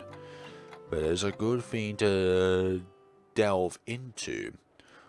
All through class, the question remains on my mind, so I decided to ask Shizney about it when we split into groups. After all, she did say if I had anything I wanted to know, I should ask her. Damn. She crosses her arms and shifts her gaze slowly to Misha, who looks more preoccupied with trying to grind the eraser of her pencil down so the top is perfectly and evenly flat. Misha, you're required. Sorry, Shai-chan. Is there something you wanted from me? Oh, I see. That's a good question, Hai-chan. My first thought is that means she doesn't know, which is worrying. Maybe I'm being too negative. Well, anyway, Misha, please don't prove me right. Oh, that's right. Everyone is encouraged to join a club. A lot of people do so because there isn't really anything else to do. There are also school events, like a festival coming up in a few days. Almost every student in the school tends to help out with it, doing whatever. So, you're actually transferred in at a busy time. Maybe you can help out too? Sure. What's the festival about? Misha freezes. Yes, I've not been introduced to this thing called a festival before at this school, so I don't know if there's any particular capable individuals that are capable of explaining to me what this festival is. I don't know, Hai-chan. The truth is, it's a local event and I'm not from this area, so... She starts sighing desperately to Shizney, asking her to bail her out. Shizney adjusts her glasses at the end of an oddly grandiose flourish and starts sighing hard and heavy. And... okay, excuse me by the way. Who cares? Misha puffs out her chest. She shouts Shizney's words out at me with a disproportionate amount of pride. Oh dear, too loud. I could see heads turning to look in our direction. Not so loud. Human beings involved with each generation, the ideals and beliefs behind a festival will inevitably change with time. Now it's about delicious fried food and amusing little games that you play to win prizes. The teacher clears his throat very loudly, battling his long wooden pointer against his other palm like a baton. He shoots a pointed gaze at us. God damn it, Misha! Finally noticing where we are, Misha stiffles and yelped and quickly quiets down. Shizney doesn't seem embarrassed at all, though, brushing it off without a care. Probably used to it, but still disappointed with Misha regardless. We are in the middle of class and should start working. That's right, Shai-chan. What? That's right, Hai-chan. Are you asking because you're interested in joining a club? What's with that meow face, Shizney? Honestly, that face is really cheesy. It could have been my eyes playing jokes on me, but I think I saw a suspicious glance exchanged between them. Misha's tone also has changed, although it does that every other word anyway. Yes and no! Yeah, I was thinking about it. Misha and Shizney looking at each other again. I'm about to ask what they have in mind when something dark flutters in my peripheral vision, catching my attention. Out of the corner of my eye, I see the girl with long dark hair get up from her desk and slip silently towards the door. It doesn't seem like she was working in any group, and no one seemed to notice her but me.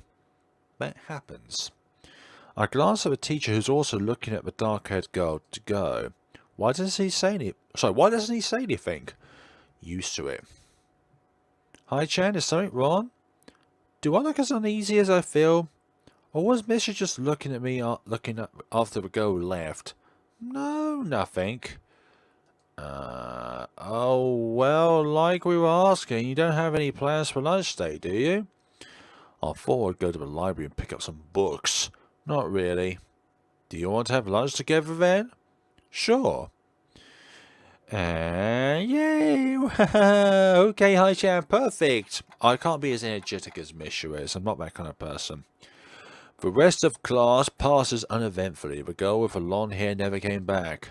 Before I have time to put any more thought into where she could have gone, the teacher informs us that it's time to stop working.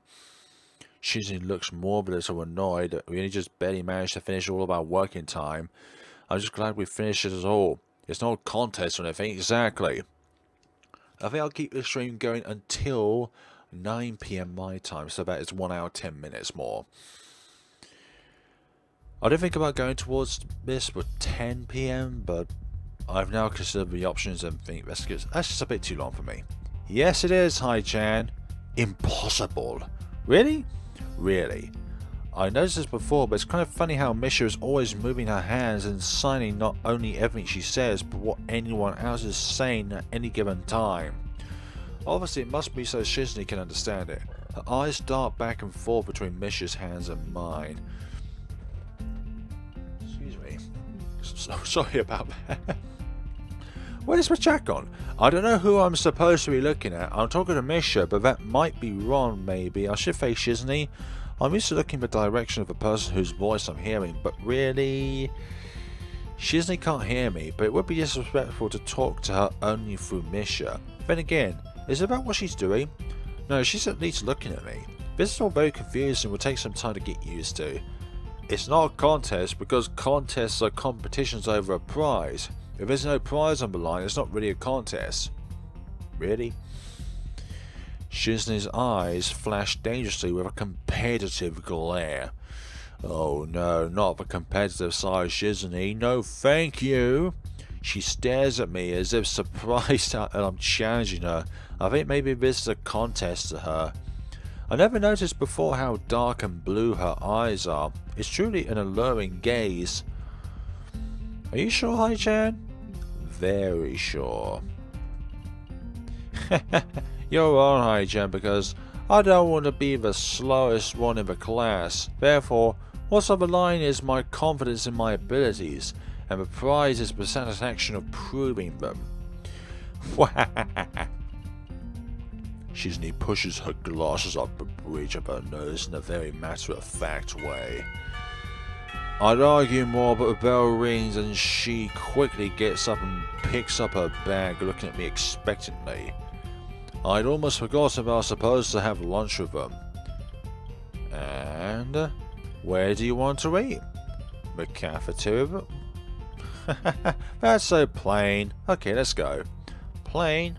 Well, I guess. At my old school, I liked to eat outside near the back of the building. It was a good spot, but I didn't find it until near the end of my freshman year. I wonder if there's a similar place to eat here. Misha seems to imply as much. Shizunie and Misha pulls me towards a cafeteria, which is surprisingly not packed. Maybe some students favour eating in classroom or outdoors. I saw some of my classmates had box lunches. After finish eating, Misha picks up where we left off earlier. So, Hai-chan, you wanted to know about clubs and stuff, right? Right? Do ya? Right, Sai-chan. Okay, I guess it makes sense to ask first. Exchanges little nods of confirmation. They turn to face me again, and Misha strains her posture as she is about to deliver a speech.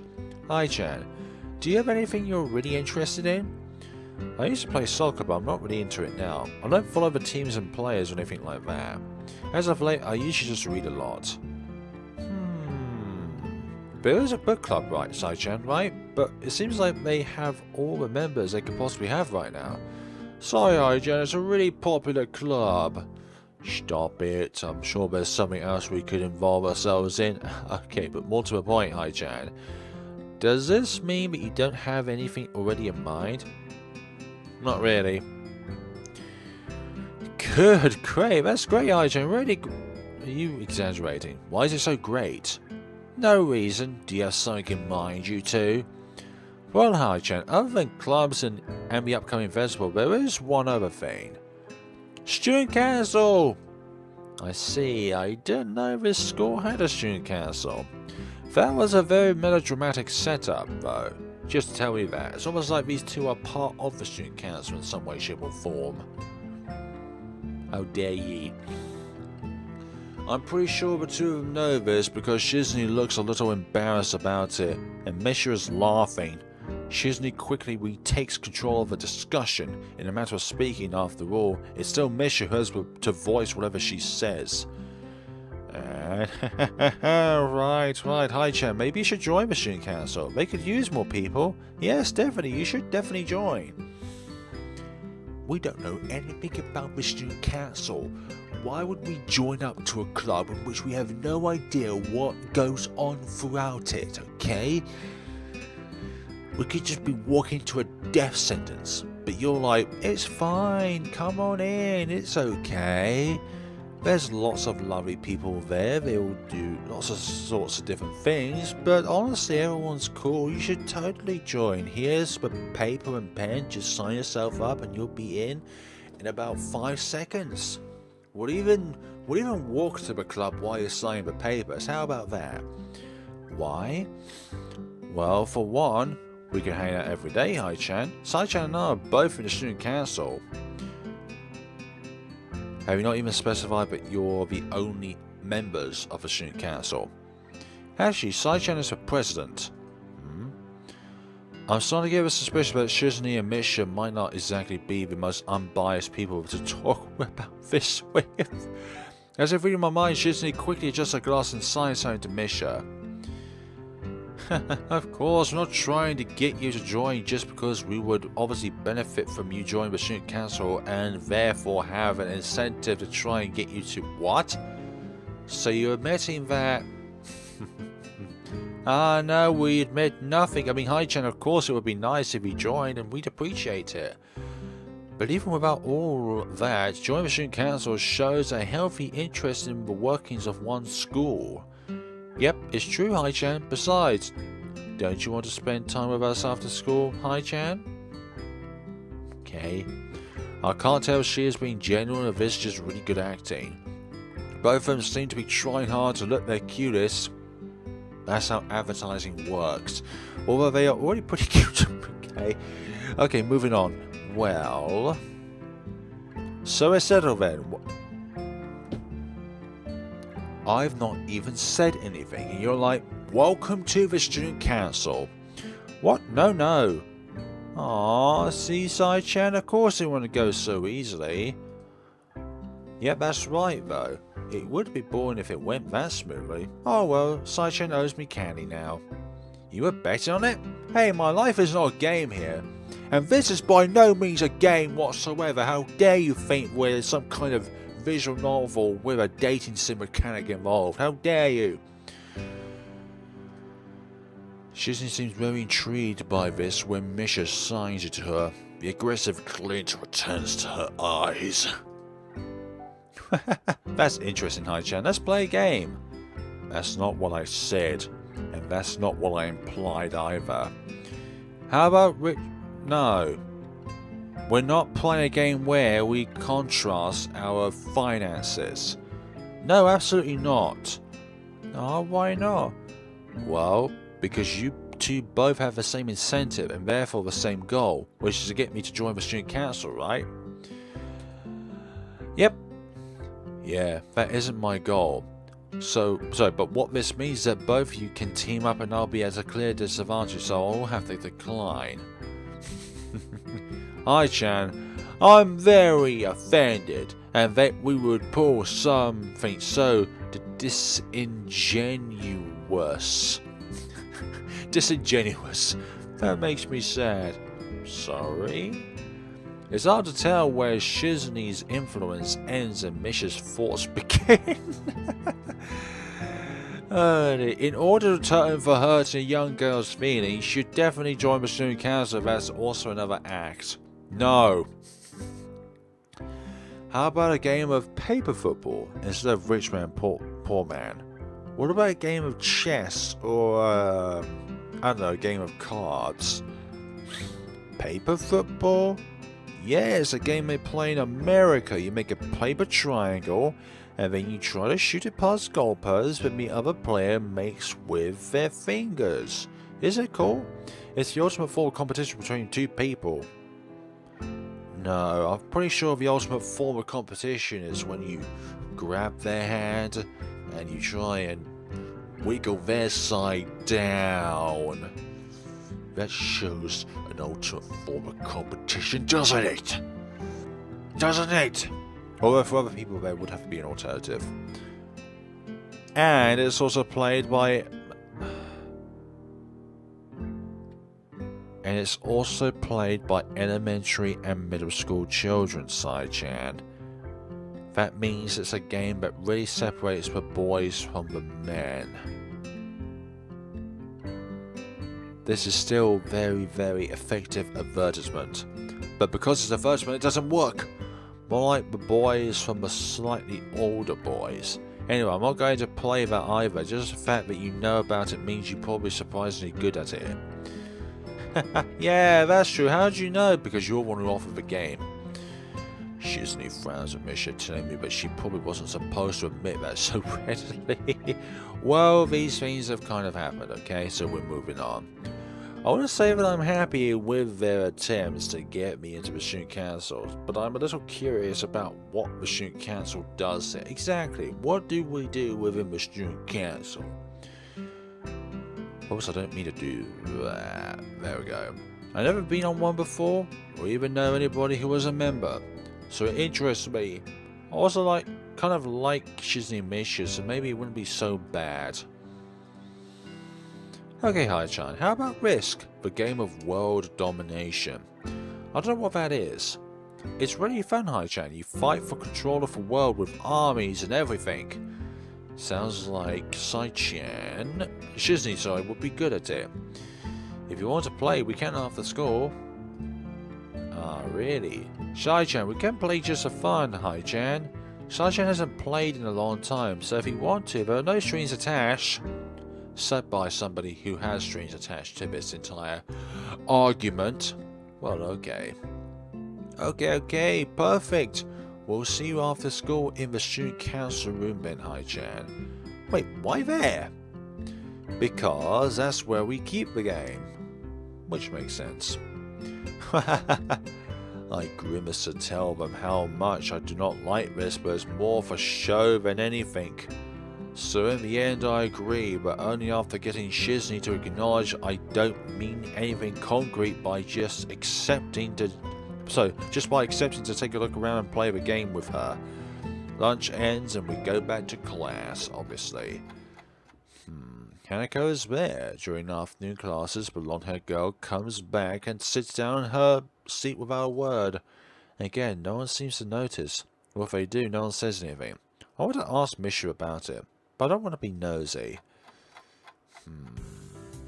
After school, Shizney and Misha quickly find me by the first floor lobby and latch onto me, covering each flank in case I might try to escape.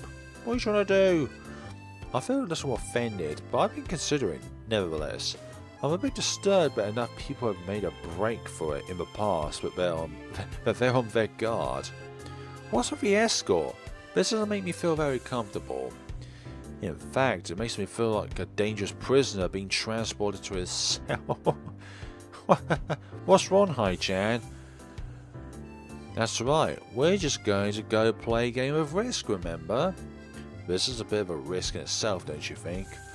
I don't know, Misha. This all seems a little sinister to me. I start thinking that when we sit down to play the game, they tie me down and torture me until I agree to join the Student Council.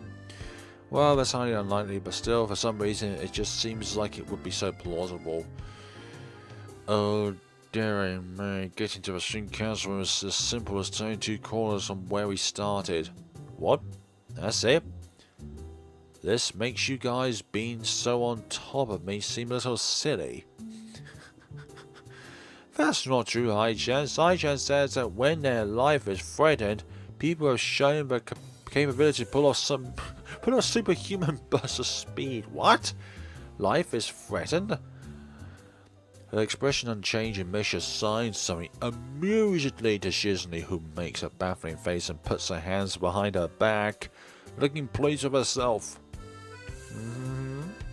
Misha feigns deathless and hums cheerfully. Stop that. I know you heard me. You have no excuse, unlike Shizney. And Shizney opens the door to the Student Council. I don't know why, but that opening door sound effect kind of irks me out a little bit. Surprised me. It's a very plain, sparsely decorated room, although it is quite large, maybe even a little larger than a classroom. There's a big table in the center surrounded by chairs, and a smaller desk promenading placed in the back that I assume is Shizune's. There are a few regular desks and and chairs stacked to one side as well. Extras, perhaps?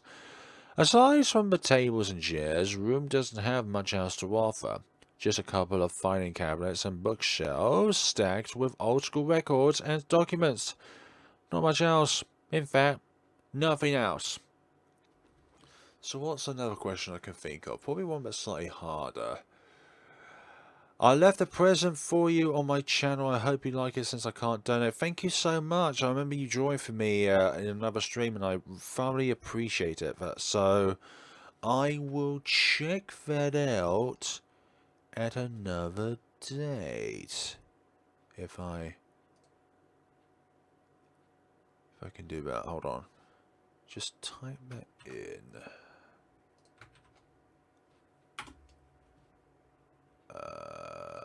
That. Oh, I see. Oh, I see that little drawing. Thank you so much. That's really cool.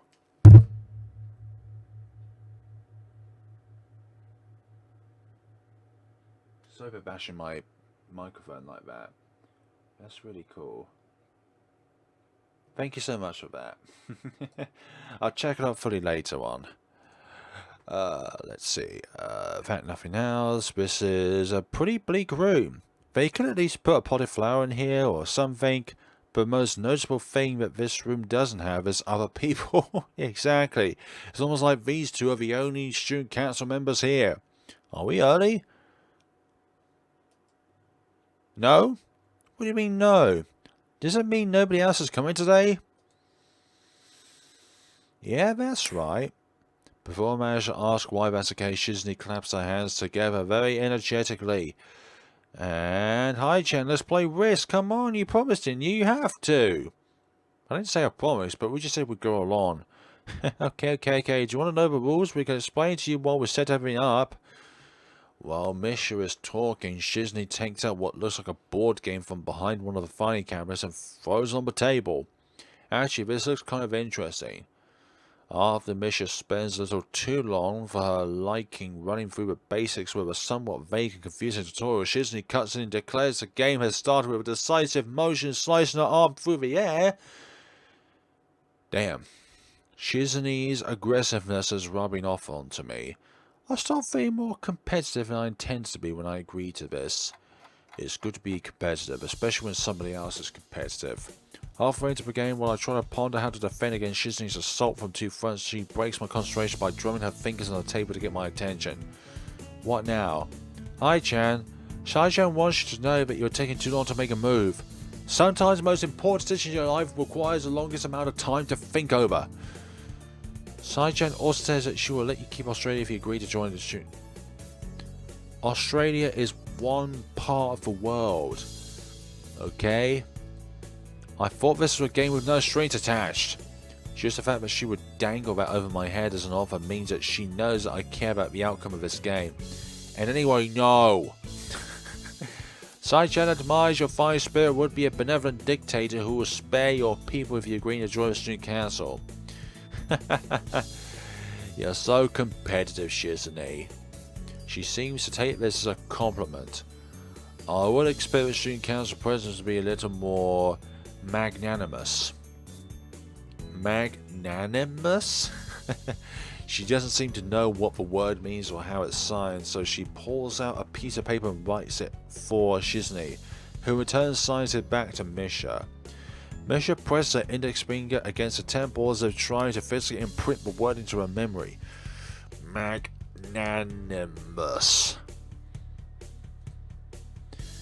Suddenly, Shizune bursts into a flurry of gestures. Misha looks daunted by the pace of her heated signing. Oh wait, please slow down, Sai-chan. Hi, Chan. Sai-chan says you're going to lose. Tell her I will crush her world empire with my rebellion. Okay. Those eyes of hers shine with childlike mischief. And she says you have no chance if we keep playing like this. Now we're going to play defensively. I know the top point will benefit Shizune's route if we do that. It's likely that she's just trying to psych me out. Looking at the board again, I have a pretty good defensive setups, and I'm not going to wreck it doing something reckless. A few turns later, I lose the game anyway. It don't matter. She's near just her glasses of victoriously and allows herself to tentatively pump a fist into the air of celebration. Hi, Jane, you lost when you allowed me to take North America. Well, I don't care about that anyways. It's not like it's popular or anything like that. I'll talk about this in-game, by the way, not like North America not being cool at all. North America has Canada and Greenland. What's that other country? I don't know. Just kidding. I mean, Sidechan, not me. Getting control of North America is ambitious because it provides a 5 army bonus, but you can attack it from three fronts, so you must defend them all. I thought you had more guts. How disappointing. Shut up, okay? I'm gonna wimp out, okay? Ambition, Hai-chan. Your play needs to be more daring. Ambition, ambition. Okay, I was really excited when you took South America, but then you switched to playing defensive just because you gained a small advantage. That's no good, Hai-chan. You didn't take enough risks, and when you did, you didn't follow through. That's terrible. Will you stop degrading me? And degrading me like this will mean that I don't want to join the Student Council even more. Damn, what's it to her that if I play too carefully? There's no need to rub it in my face. And then she comes closer. I wonder if you'd be any good for the Student Council. What's this reverse psychology? I guess I don't have to worry about joining or not in that case. Give it up just like that? I expected more of you.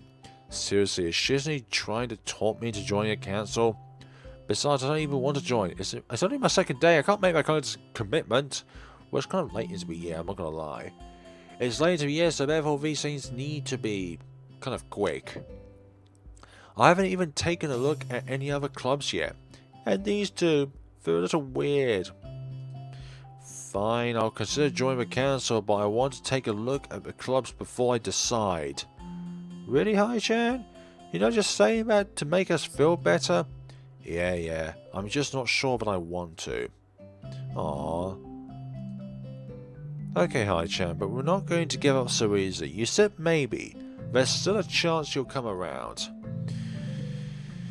Come on, we could really have fun. We could play more Risk, and maybe one day you could beat me, unless we graduate before that. But it doesn't make me feel any less reluctant about joining, you know. Surely you're not that horrible at board games where you can play a game you know then, to give you a handicap. I might have said that just to make you feel better after. Oh, that's cold, Hai-chan. I take a glance at the clock on the wall and realise I've spent far longer playing Risk than I expected. So, I think I have to go. I want to go to the library. It's not closed yet, is it? Shizney scratches her head and gestures at Misha. How hard can it be to determine whether the library is open? There's a clock right there on the wall. It should be unless the librarian is absent. I think you're right, Sai-chan. We think the library is open. It's on the second floor. Can't miss it. Do you want us to show you where it is? No thanks, it's okay. See you tomorrow. Bye bye. One flight of stairs up and I run into problems. Yeah, you don't know where it is, do you? The second floor always a carbon copy of the third floor one. Wide, of course, and plain, like only hallways can be. The problem is that the library's whereabouts are not as easily determined as one would think. But this unfortunate accident will lead into one of the most beautiful encounters we could ever do within a video game ever. Somebody who's from Scotland! The classrooms are marked with signs. More bots. Chat. Why are these bots being so annoying? Hide user. Yes, I don't know. I mean, they all say the same thing as well, but then there's a plethora of other unmarked rooms. Is the library one of them? Or is it just somewhere down the hallway? Cool. I bet on the latter and choose my direction at random. After I turn around the corner, an unmarked door draws my attention because it's not closed. It's not open either, though. Just barely ajar so I could see it's open and nothing else. It would make sense for the library door to be invitingly open, and while this one is not quite, it's good enough. At the very least, it means that someone is inside and I can ask for directions, no matter how embarrassing that is. Exactly. I'm new to this school, only joined yesterday. I gingerly push on the center of the door with my fingertips, every muscle in my arm ready to pull back at a moment's notice. The fear of being an outsider to the school can't be shaken from my mind, so much so that I instinctively fear doing something wrong by entering. A creak! When it's silent, those creaks are much more audible. The door slowly creaks as if groaning from a deep sleep, though it's much easier to open than I anticipated. Lean over and poking my head ever further inside to gain sight of the room as fast as possible with a meek "Hello!" on my lips as quickly slashed away. Out comes. Hi there. This is not as I was expecting. I mindlessly let the door open to its full extent, taking in the sight of the solitary figure taking center stage in the otherwise abandoned room. The situation steals my voice, leaving me standing at the hallway staring at the wonderful, beautiful girl. Evidently having taken her time to assess the situation, the girl gently puts down her teacup and opens her eyes, but doesn't look at me. Hello there. May I help you? Wavy-haired girl. Staring directly in front of herself, the movements of her lips seem to break the silence rather than the words. However, it's the soft, measured voice that reminds me she's a being separate from the room itself. Not only is she likely the tallest girl I've ever laid eyes on, but even among the foreigners I've met she's strikingly distinct. Hi. Sorry for intruding. I was just kind of lost. She takes a moment to formulate a response before speaking. Every action she takes feels as if it's carefully choreographed beforehand. Care to take a seat? Unexpected, considering that I'm intruding upon her. Thanks. I slowly step towards another seat opposite her, the girl resting the teacup and saucer on the wooden table in between. Lily is an S-tier character. The way she doesn't track my movements with her head is telling. That and the slight cloudiness to her eyes means she must be at least partially blind like Kenji. Come to think of it, her voice doesn't have any detectable accent either, so I guess she must be half Japanese. As I take my seat, her composure takes me slightly off guard. Her air of relaxed confidence makes the silence entirely comfortable. The calming atmosphere is so very different from the student council office. I take it you're a new student to Yamaku. Ah yeah, I just transferred in yesterday. I get the distinct feeling my speech patterns don't match with formality of her, accentuated by her restrained bow of greeting, one which I hasten to match, before realizing the futility of the action. I'm Lily Satu. Pleased to meet you. Hi Sal. Hi So Nakai. She gives a nod before gesturing roughly in the direction of her teacup. Would you care for a drink? Sure. I hope it's not poisoned. As much as it pains me, I can't keep step with her formality. I forget on how to pronounce words when trying to talk with them.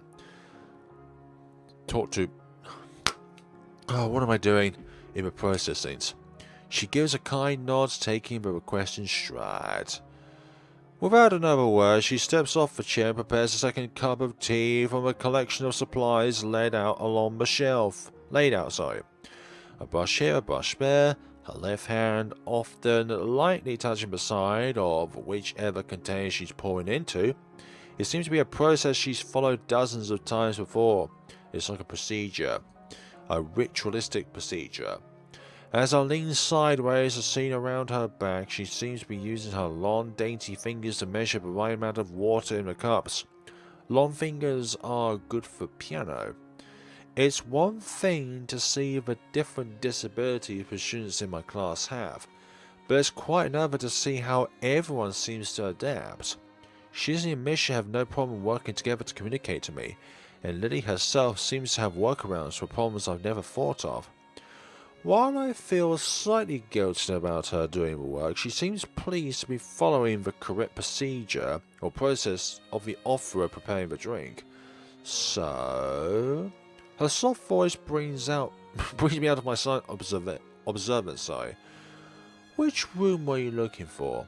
It's not often this classroom is visited after school. The school library. Shizunie, some classmates told me it was on this floor. Oh, I didn't mean to do that again. Oh dear, not the word Shizunie. She finishes pouring water into the teacup as she nods, a small metallic tapping coming from the teacup indicating it's been stirred.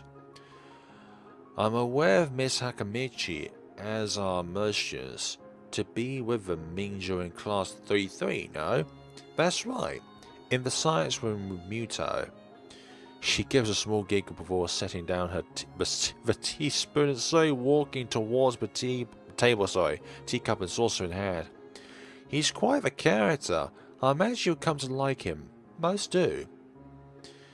As she sits down the tea, I gently take it and have a sip. I'm really more of a coffee person, but this seems like a rather bad moment to bring it up. Exactly. Someone offers you a drink and you say, well, I prefer apple juice over orange juice. No, that's really rude. Nevertheless, the smell's quite nice. Another bot. What is it with these bots entering the chat? Go away. Nobody asked me, aside the creator said bots. Nevertheless, the smells quite nice. I hardly think it'd be hard to choke down. Thanks, Satu. It tastes really nice. She smiles and quickly waves a hand in front of her face. Lily, please. There's no need to be too formal. She says this in spite of her exceedingly well-bred speech. Oh well. I guess I should try and ask her about herself, as it really seems as if she's catering to me. So which class are you from? I imagine it's one of the third year classes? Correct. I'm in class 3-2, which is on the third floor, same as yours. It's taught by Miyagi, and it's specifically for both blind and partially blind students. I see. Sorry. Yeah, wrong choice of words. I feel like slapping myself with a flux pass. Look in her face though, she doesn't seem in the least bit put off by it. Because it does matter to an extent, but your language should not be limited because of particular words mean different senses. Like if I can't smell, but it's like, I love the smell of, oh sorry about that. I love the texture. Okay. My, there's no need to change your speech on my account. Sorry, I guess I'm really showing my newness here. An environment like this would be a big change, so I can't fault you for it. While the same can't be said for everyone, many have come to terms with their conditions.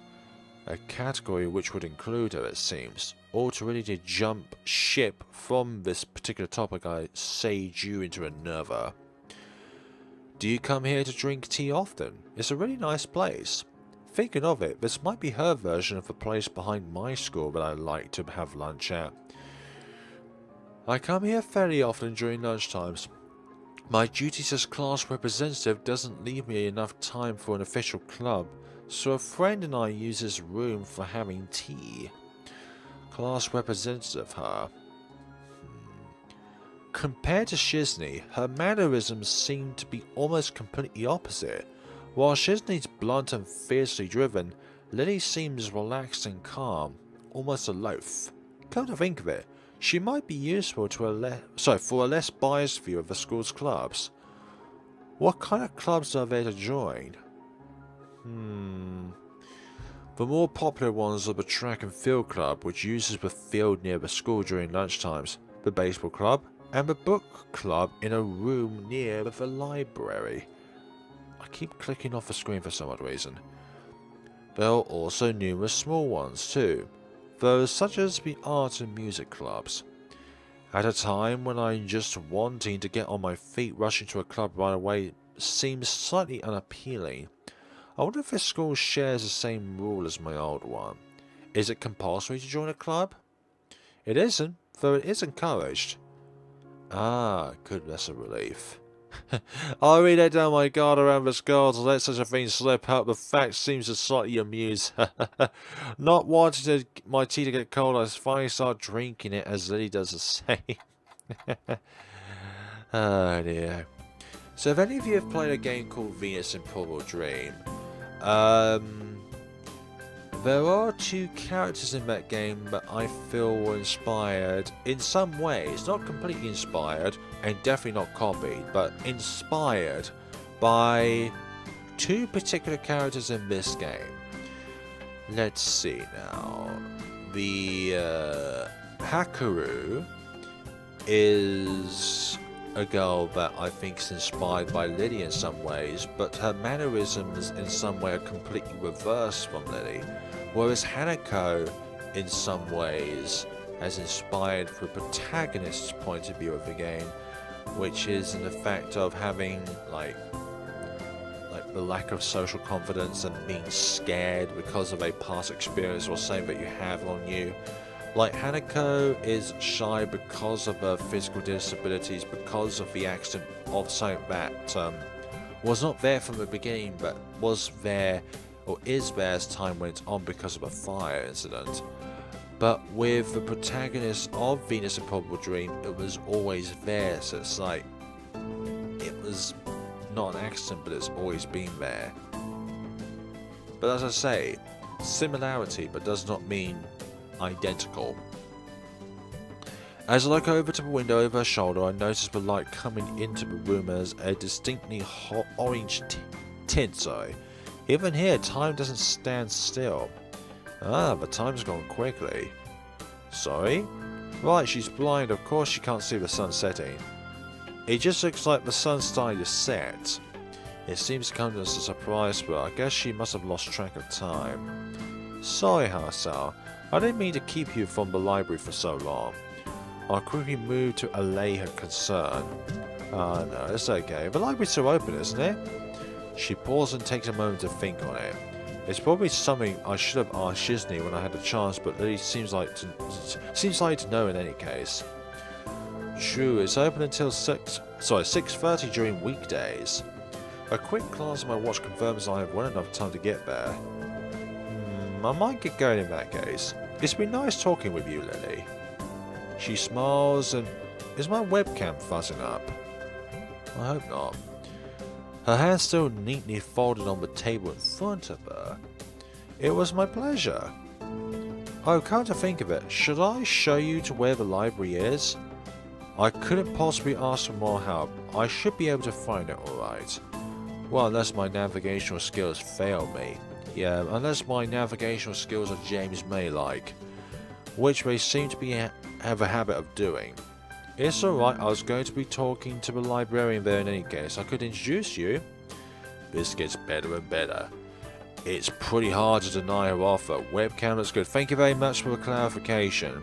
Sometimes when I sign into XSplit, my webcam can like fuzz and buffer from time to time, so it's good for some external confirmation. Thank you, MKKM. If you're sure, then that'd be great, thanks. As she stands up to follow me, she takes hold of a straight retractable cane that has been slipped in the handle of her bag on the floor. Compared to the cane the boy in my class had, Lily's looks much thinner and longer. His must be for support, whereas Lily's is for navigation. Together we leave the peaceful room and enter the empty hallway on the way to the library. Side by side, my pace carefully slowed to match hers as we slowly walk through the hallway.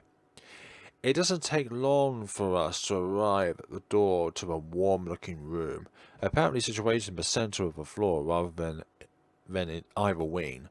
Ladies first. She gives an appreciative smile at the jester, taking the lead as we file in. How gentlemanly-like. To the left is the wooden library counter, with the library proper being on the right. It easily dwarfs my old school's library.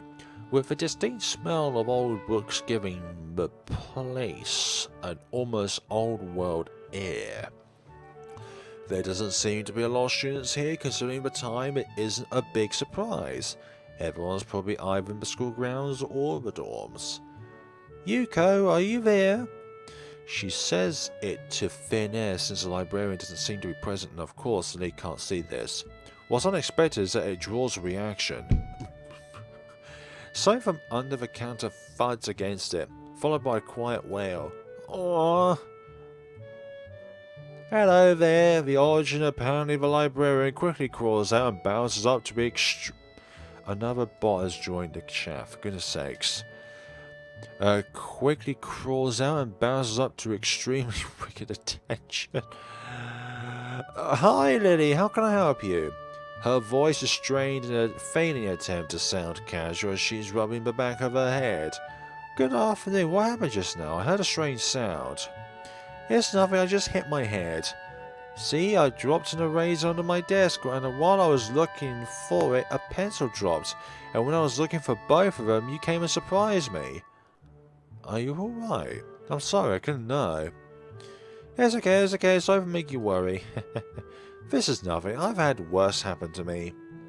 She's quick to reverse Lily's apologies, almost frankly trying to push aside the possibility that she could be in any way inconvenienced by bashing her head on the counter. Yes, worse things have happened. The girl fidgets with her fingers as Lily doesn't seem to drop her concerned expression, and then she shuffles some papers around the counter for no reason. A little shorter than Lily, replete with glasses, freckles, and a very troubled look, she seems to fit a library perfectly. Lily, did you get my message? Message? Oh, the 2 imported books arrived. Right, they finally came. I can't believe it took so long, but... Amidst the celebrations, partially for managing to change the topic, I'm sure, she noticed me from the corner of her eye and freezes on the spots when she does. Oh no, I'm sorry for not noticing you before. Do you need to check out a book or return one? I'm sorry. The way she can so quickly shift between moods is a little unsettling. It's kind of like Misha in a way. He's with me, Yuko. This is Haisao, a new student. Haisao, this is Yuko, the school librarian. Pleased to meet you. Haisao, right? Haisao, pleased to meet you too, Haisao. You said our name 3 times within a sentence that has 1, 2, 3, 4, 5, 6, 7, 8, 9 words. For a second, she visibly attempts to engrave the name on her mind. Haisao. Yuko often arranges to import foreign books in Braille for me. Would you like to tell Haisao a little something about the library? Lily's innocent suggestion is met with an expression of abject terror. Please, Lily, I can't. I don't know what he could be interested in. This is too much responsibility. Is there any responsibility at all, but I don't get it? But her objection is so sincere, I don't doubt for a second that she would rather disembowel herself on the spot than tell me where the light novels are. But... So, there are a lot of books in Braille here? I attempt to save the day by asking the first thing that pops into my head. It seems to work at least partially, as Yuko seems to not exactly relax, but at least look slightly less tense. Well, I think about 1/3 or 1/4 of Yamaku's libraries is either in Braille or audio. Makes sense, given all the blind students that be here, exactly. If it's only that, how come this library is so big in the first place? Well, we get a lot of new books regularly because the library is adequately endowed. That's probably why. They spend more on new books than on my salary, and then I have to organise and shelve all of them. It's so troublesome, and they weigh so much. I wish I could quit this job. Come on, Yuko, surely it's not that bad. A very awkward silence follows. This revelation of too much information. I'll go check the aisles then, if you don't mind. It's probably... There's a fly on my monitor and it's January. It's probably best for all of us if she doesn't keep talking to me. Very well, meanwhile, Yuko, I would have those books if it's alright with you. Indeed. My first impression was right. The library is surprisingly big. Ambling down the narrow aisles, I studied the spines of the books in random order, occasionally sliding one out to read the blurb, taking it with me if it looks good. In a few moments, I have a respectable stack of books in my arms. I guess I'll never be stuck for choice in here. Exactly. The normality of the library sinks in. Sure, there are large print and braille books scattered throughout, but it is what it is. A library. And if you tell me to find something within a library and the hint is it's in a book, I'm going to give you a verbal slap, because a library is filled with books. It's as if the calm mood of from the room I had tea with Liddy and snuck with us in here. Unless I was here to begin with, which I think that's going to be the case. Something about that puts me at ease, just like before. I reach the end of the aisle and find a collection of desks, set up for study or personal reading. Going a little further, though, I discover a nice quiet corner at the back. While the rest of the library has the odd student sitting at a desk, either reading or stealthily sleeping, the back is pretty much deserted. Not entirely deserted. As I glance around, I see someone who I recognize sitting on one of the several beanbags. Hanako! It's the dark-haired girl from my classroom, the one who snuck out of the classroom earlier. She's reading a book, keeping it close to her face, which makes her look like she's really into it. And from the way she was acting today, I had her as more of a delinquent than a bookworm. In fact, her mysterious disappearance from the class raises all sorts of whys in my head. Intrigue floats slowly but surely towards the surface, and before I know it, I'm walking towards the mysteriously long-haired girl. I guess there's no harm in introducing myself, as I would with anyone else. She's a classmate after all. Walking over to another beanbag, I take a seat and lay my books beside it. The girl starts looking scaredly up at me from underneath her fringe. This is the first time I've seen her this close underneath her long, dense bangs. I can see that part of her face, at least a third if not half, is pretty badly scarred. Don't stare at it. My eyes are merely drawn to the scar, subconsciously peeking past her hair until they meet her own eyes. For a second I am shocked and divert my eyes to the books in her hands, before I realise that looking away probably only makes it worse. Exactly, it does. So keep yourself a little firm, but not too drawn into her eyes. I'm sorry, I didn't mean to startle you. Exactly, that is the correct option. I didn't mean to startle you. It's okay. The girl certainly doesn't look like it's okay, but I let it slide. So, do you mind if I sit here? She seems to be very uncertain whether it's okay for me or not for me to sit, but finally she nods just a little. Okay. I take a seat next to her. She hides behind her book. Life of Pi? Never heard of it. So again for starting you. I'm Haisao. She looks up from her book, stalling a little before replying. No. We are in the same class. Her speech is stilted and so quiet that it's barely audible even in the still library. That is an achievement. Somehow I think that my delinquent impression of her was wrong. Hanako. I'm Hanako. I resist the urge to say that's a nice name, just to have something to say, but really it's the only thing I can think of. I feel like an idiot. Everyone here must be used to being different to each other, and here I am being all bothered and fussed about all that kind of thing. Don't let me interrupt your reading. I'll just check these books if you don't mind. She nods a little and sighs a little sigh of relief. So I try to read the covers and introductions of the books I picked up, and she buries her face in her book. Uncomfortable silence consumes us. My eyes still wander to her direction. I sneak peeks at her flowing hair and the scars it's hiding. After a while, I realize that she's doing the same and only pretending to be immersed in Life of Pi. Case is not inquisitive at all. It darts around like a scared rabbit. Oh dear. When our gazes finally meet, the chain reaction is unstoppable. She stands up forcefully from the beanbag and takes a deep breath. I've got to go do something. Oh dear, this is simultaneously embarrassing but also simultaneously funny in some way. Without warning, Hanako takes off and runs towards the counter. Her hair-like takeoff catches me so off guard I don't manage to go after her until she has a good head start. God damn it, by the time I reach the counter she is nowhere to be seen. Lee and Yuko are happily chatting away. Knowing that I won't be able to catch Hanako myself, I approach with girls. Hey, did you notice a girl run past here? Maybe? What does she look like? Look, if I'm gonna say this, it's just gonna be, completely distinctive, okay?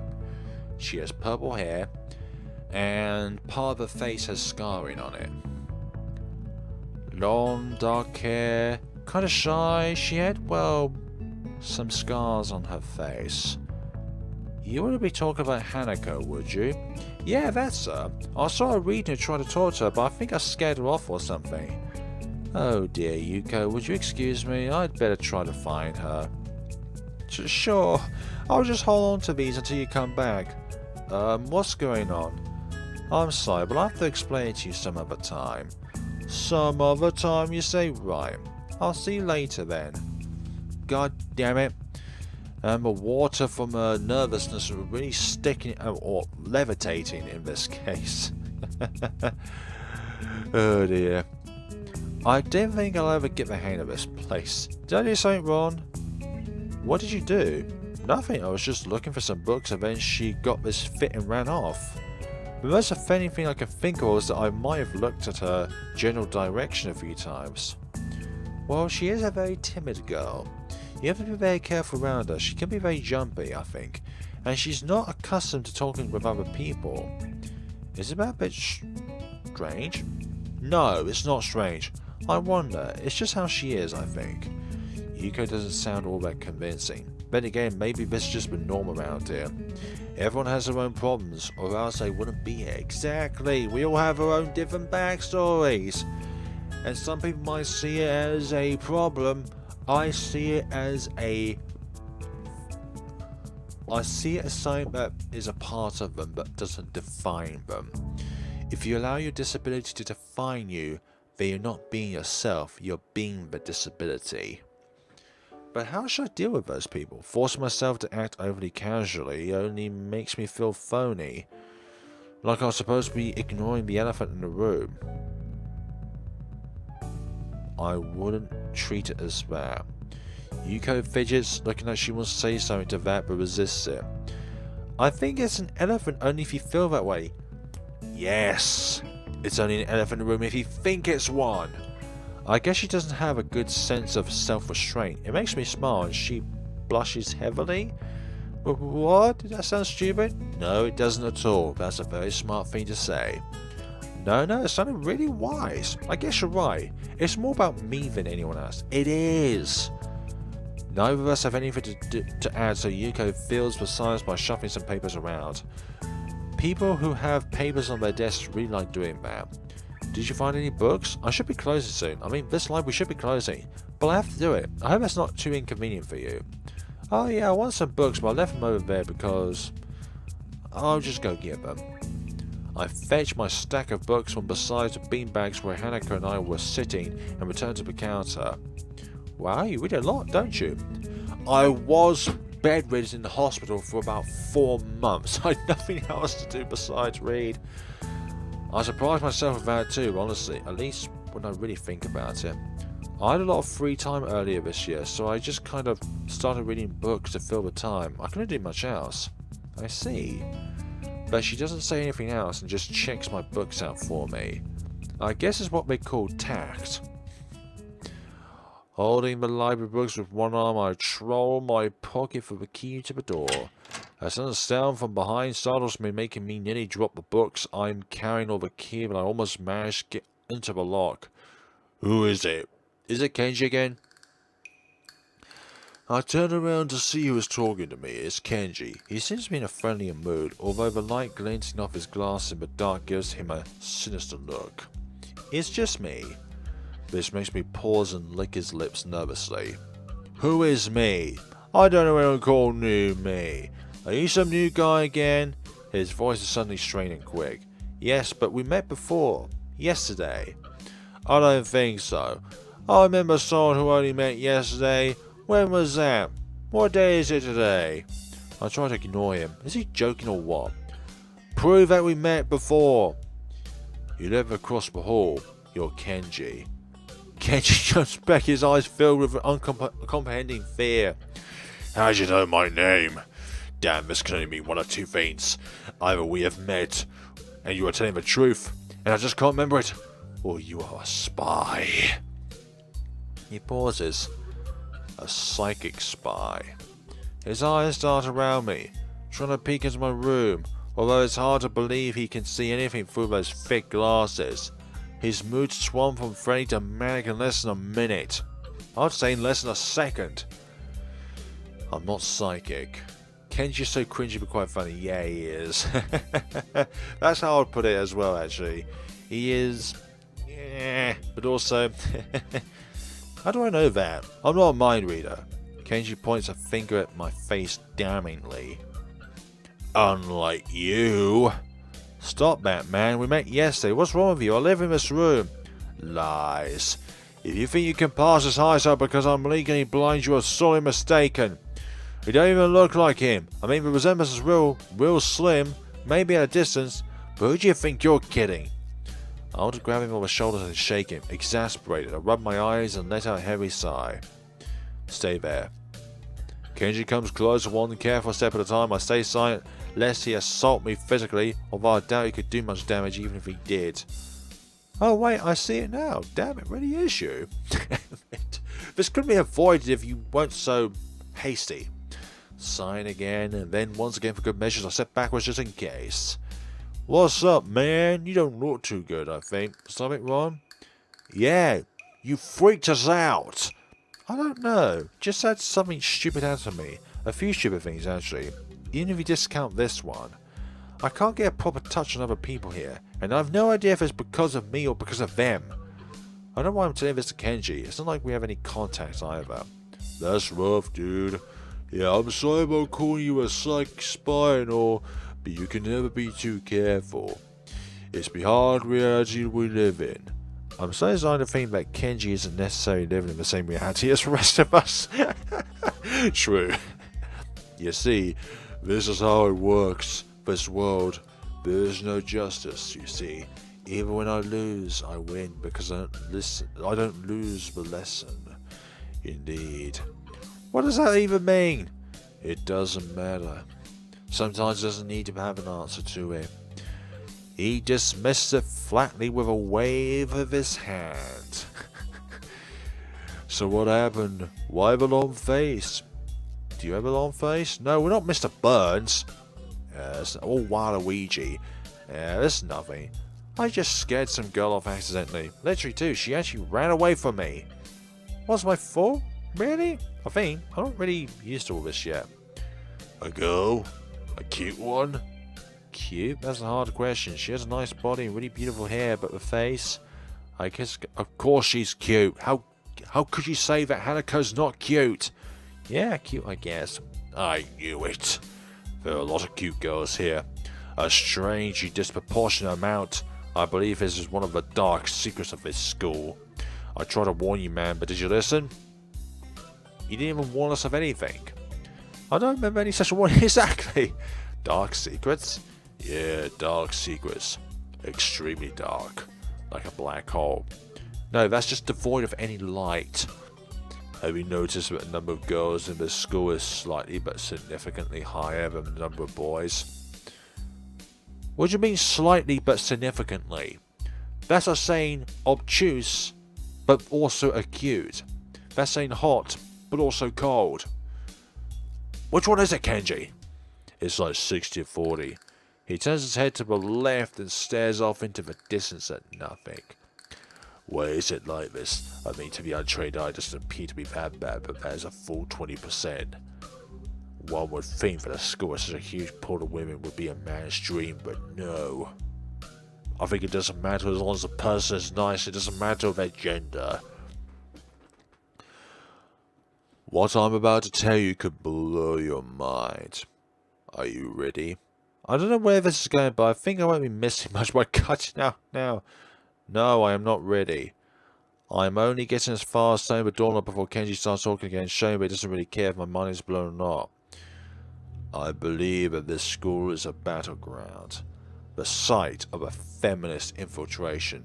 That's me reading the words on the game, not me saying it out loud. It's like playing Cards Against Humanity. You're selecting the cards that's adequate to the question, but those are not your opinions. And some stuff is like, no, I'm not reading that question. The disparity in the number of men to women is a clear sign of how far they have come. In case this Cold War turns hot, they will have superiority in numbers. Just another skirmish in the eternal war against no, they're everywhere. In Japan, women are... No, it's called women have a longer life expectancy than men. On average, women have a longer life expectancy than men. That's just how nature works. It's not about, like, anything that you're thinking of, Kenji. Even in America, women are the majority by a hair. They're building up their numbers. In the past, the build-up of the military has always been the clearest sign of imminent war. Japan is just the first step. Our economy is badass, and the country itself is small and isolated, yet a huge part of the Pacific in terms of political value. The perfect target. They are so cunning. Etc, etc. Soon the day will come. When? Kenji's voice trails up ominously. That's why you can't trust them. They will string you along, and then kill you. Just as they killed me. You will end up just like me. But you're talking to me. How can you be dead if you're talking to me? Oh, hell no. I can't stop myself from blurting it out. Hey, what the hell does that mean? You said it, not me. It's the best I can think of. So? You're not supposed to say something like that. Damn, so rude. Where was I? Oh, yes. Vast... No. Stop it. I lost you way back somewhere. Somewhere about... Yeah, exactly. I'm still on pause for that bit while you're like about 2 minutes forward of the conversation. Too hard to follow? Yes, cool. I have some grass stuff in my room. And puppets. You like puppets? No puppets. You don't like puppets? Hello, Flair. Sorry, I'm just absent. I'm so sleepy now. My place is 3:50 a.m. morning. Have a good night. I think that's the first time I've seen your chair, but honestly, do get some sleep. 3:50 a.m.? Gosh, how do people stay up that late? Or that early in that case? Or that late, yeah. He speaks energetically, responding almost before I'm done talking, moving his hands in an animated way as he continues to rant on. This is too strange. I even pegged as relatively normal, but it's clear that I was wrong. Something on your mind, dude? Just think about what it's like to be the last sane man in an insane world. Kenji frowns, looking deeply upset. You mean that's you? That can't be, because I'm the last sane man in the sane world. That is my dream. You can't just steal a man's dream. What the hell? There can't be two last sane men. It would invalidate the whole last part. And that part is kind of important. There can only be one. Like in that fall move, Kenji's music always makes me laugh so much. You hear that music, folks? That's the sound of Kenji.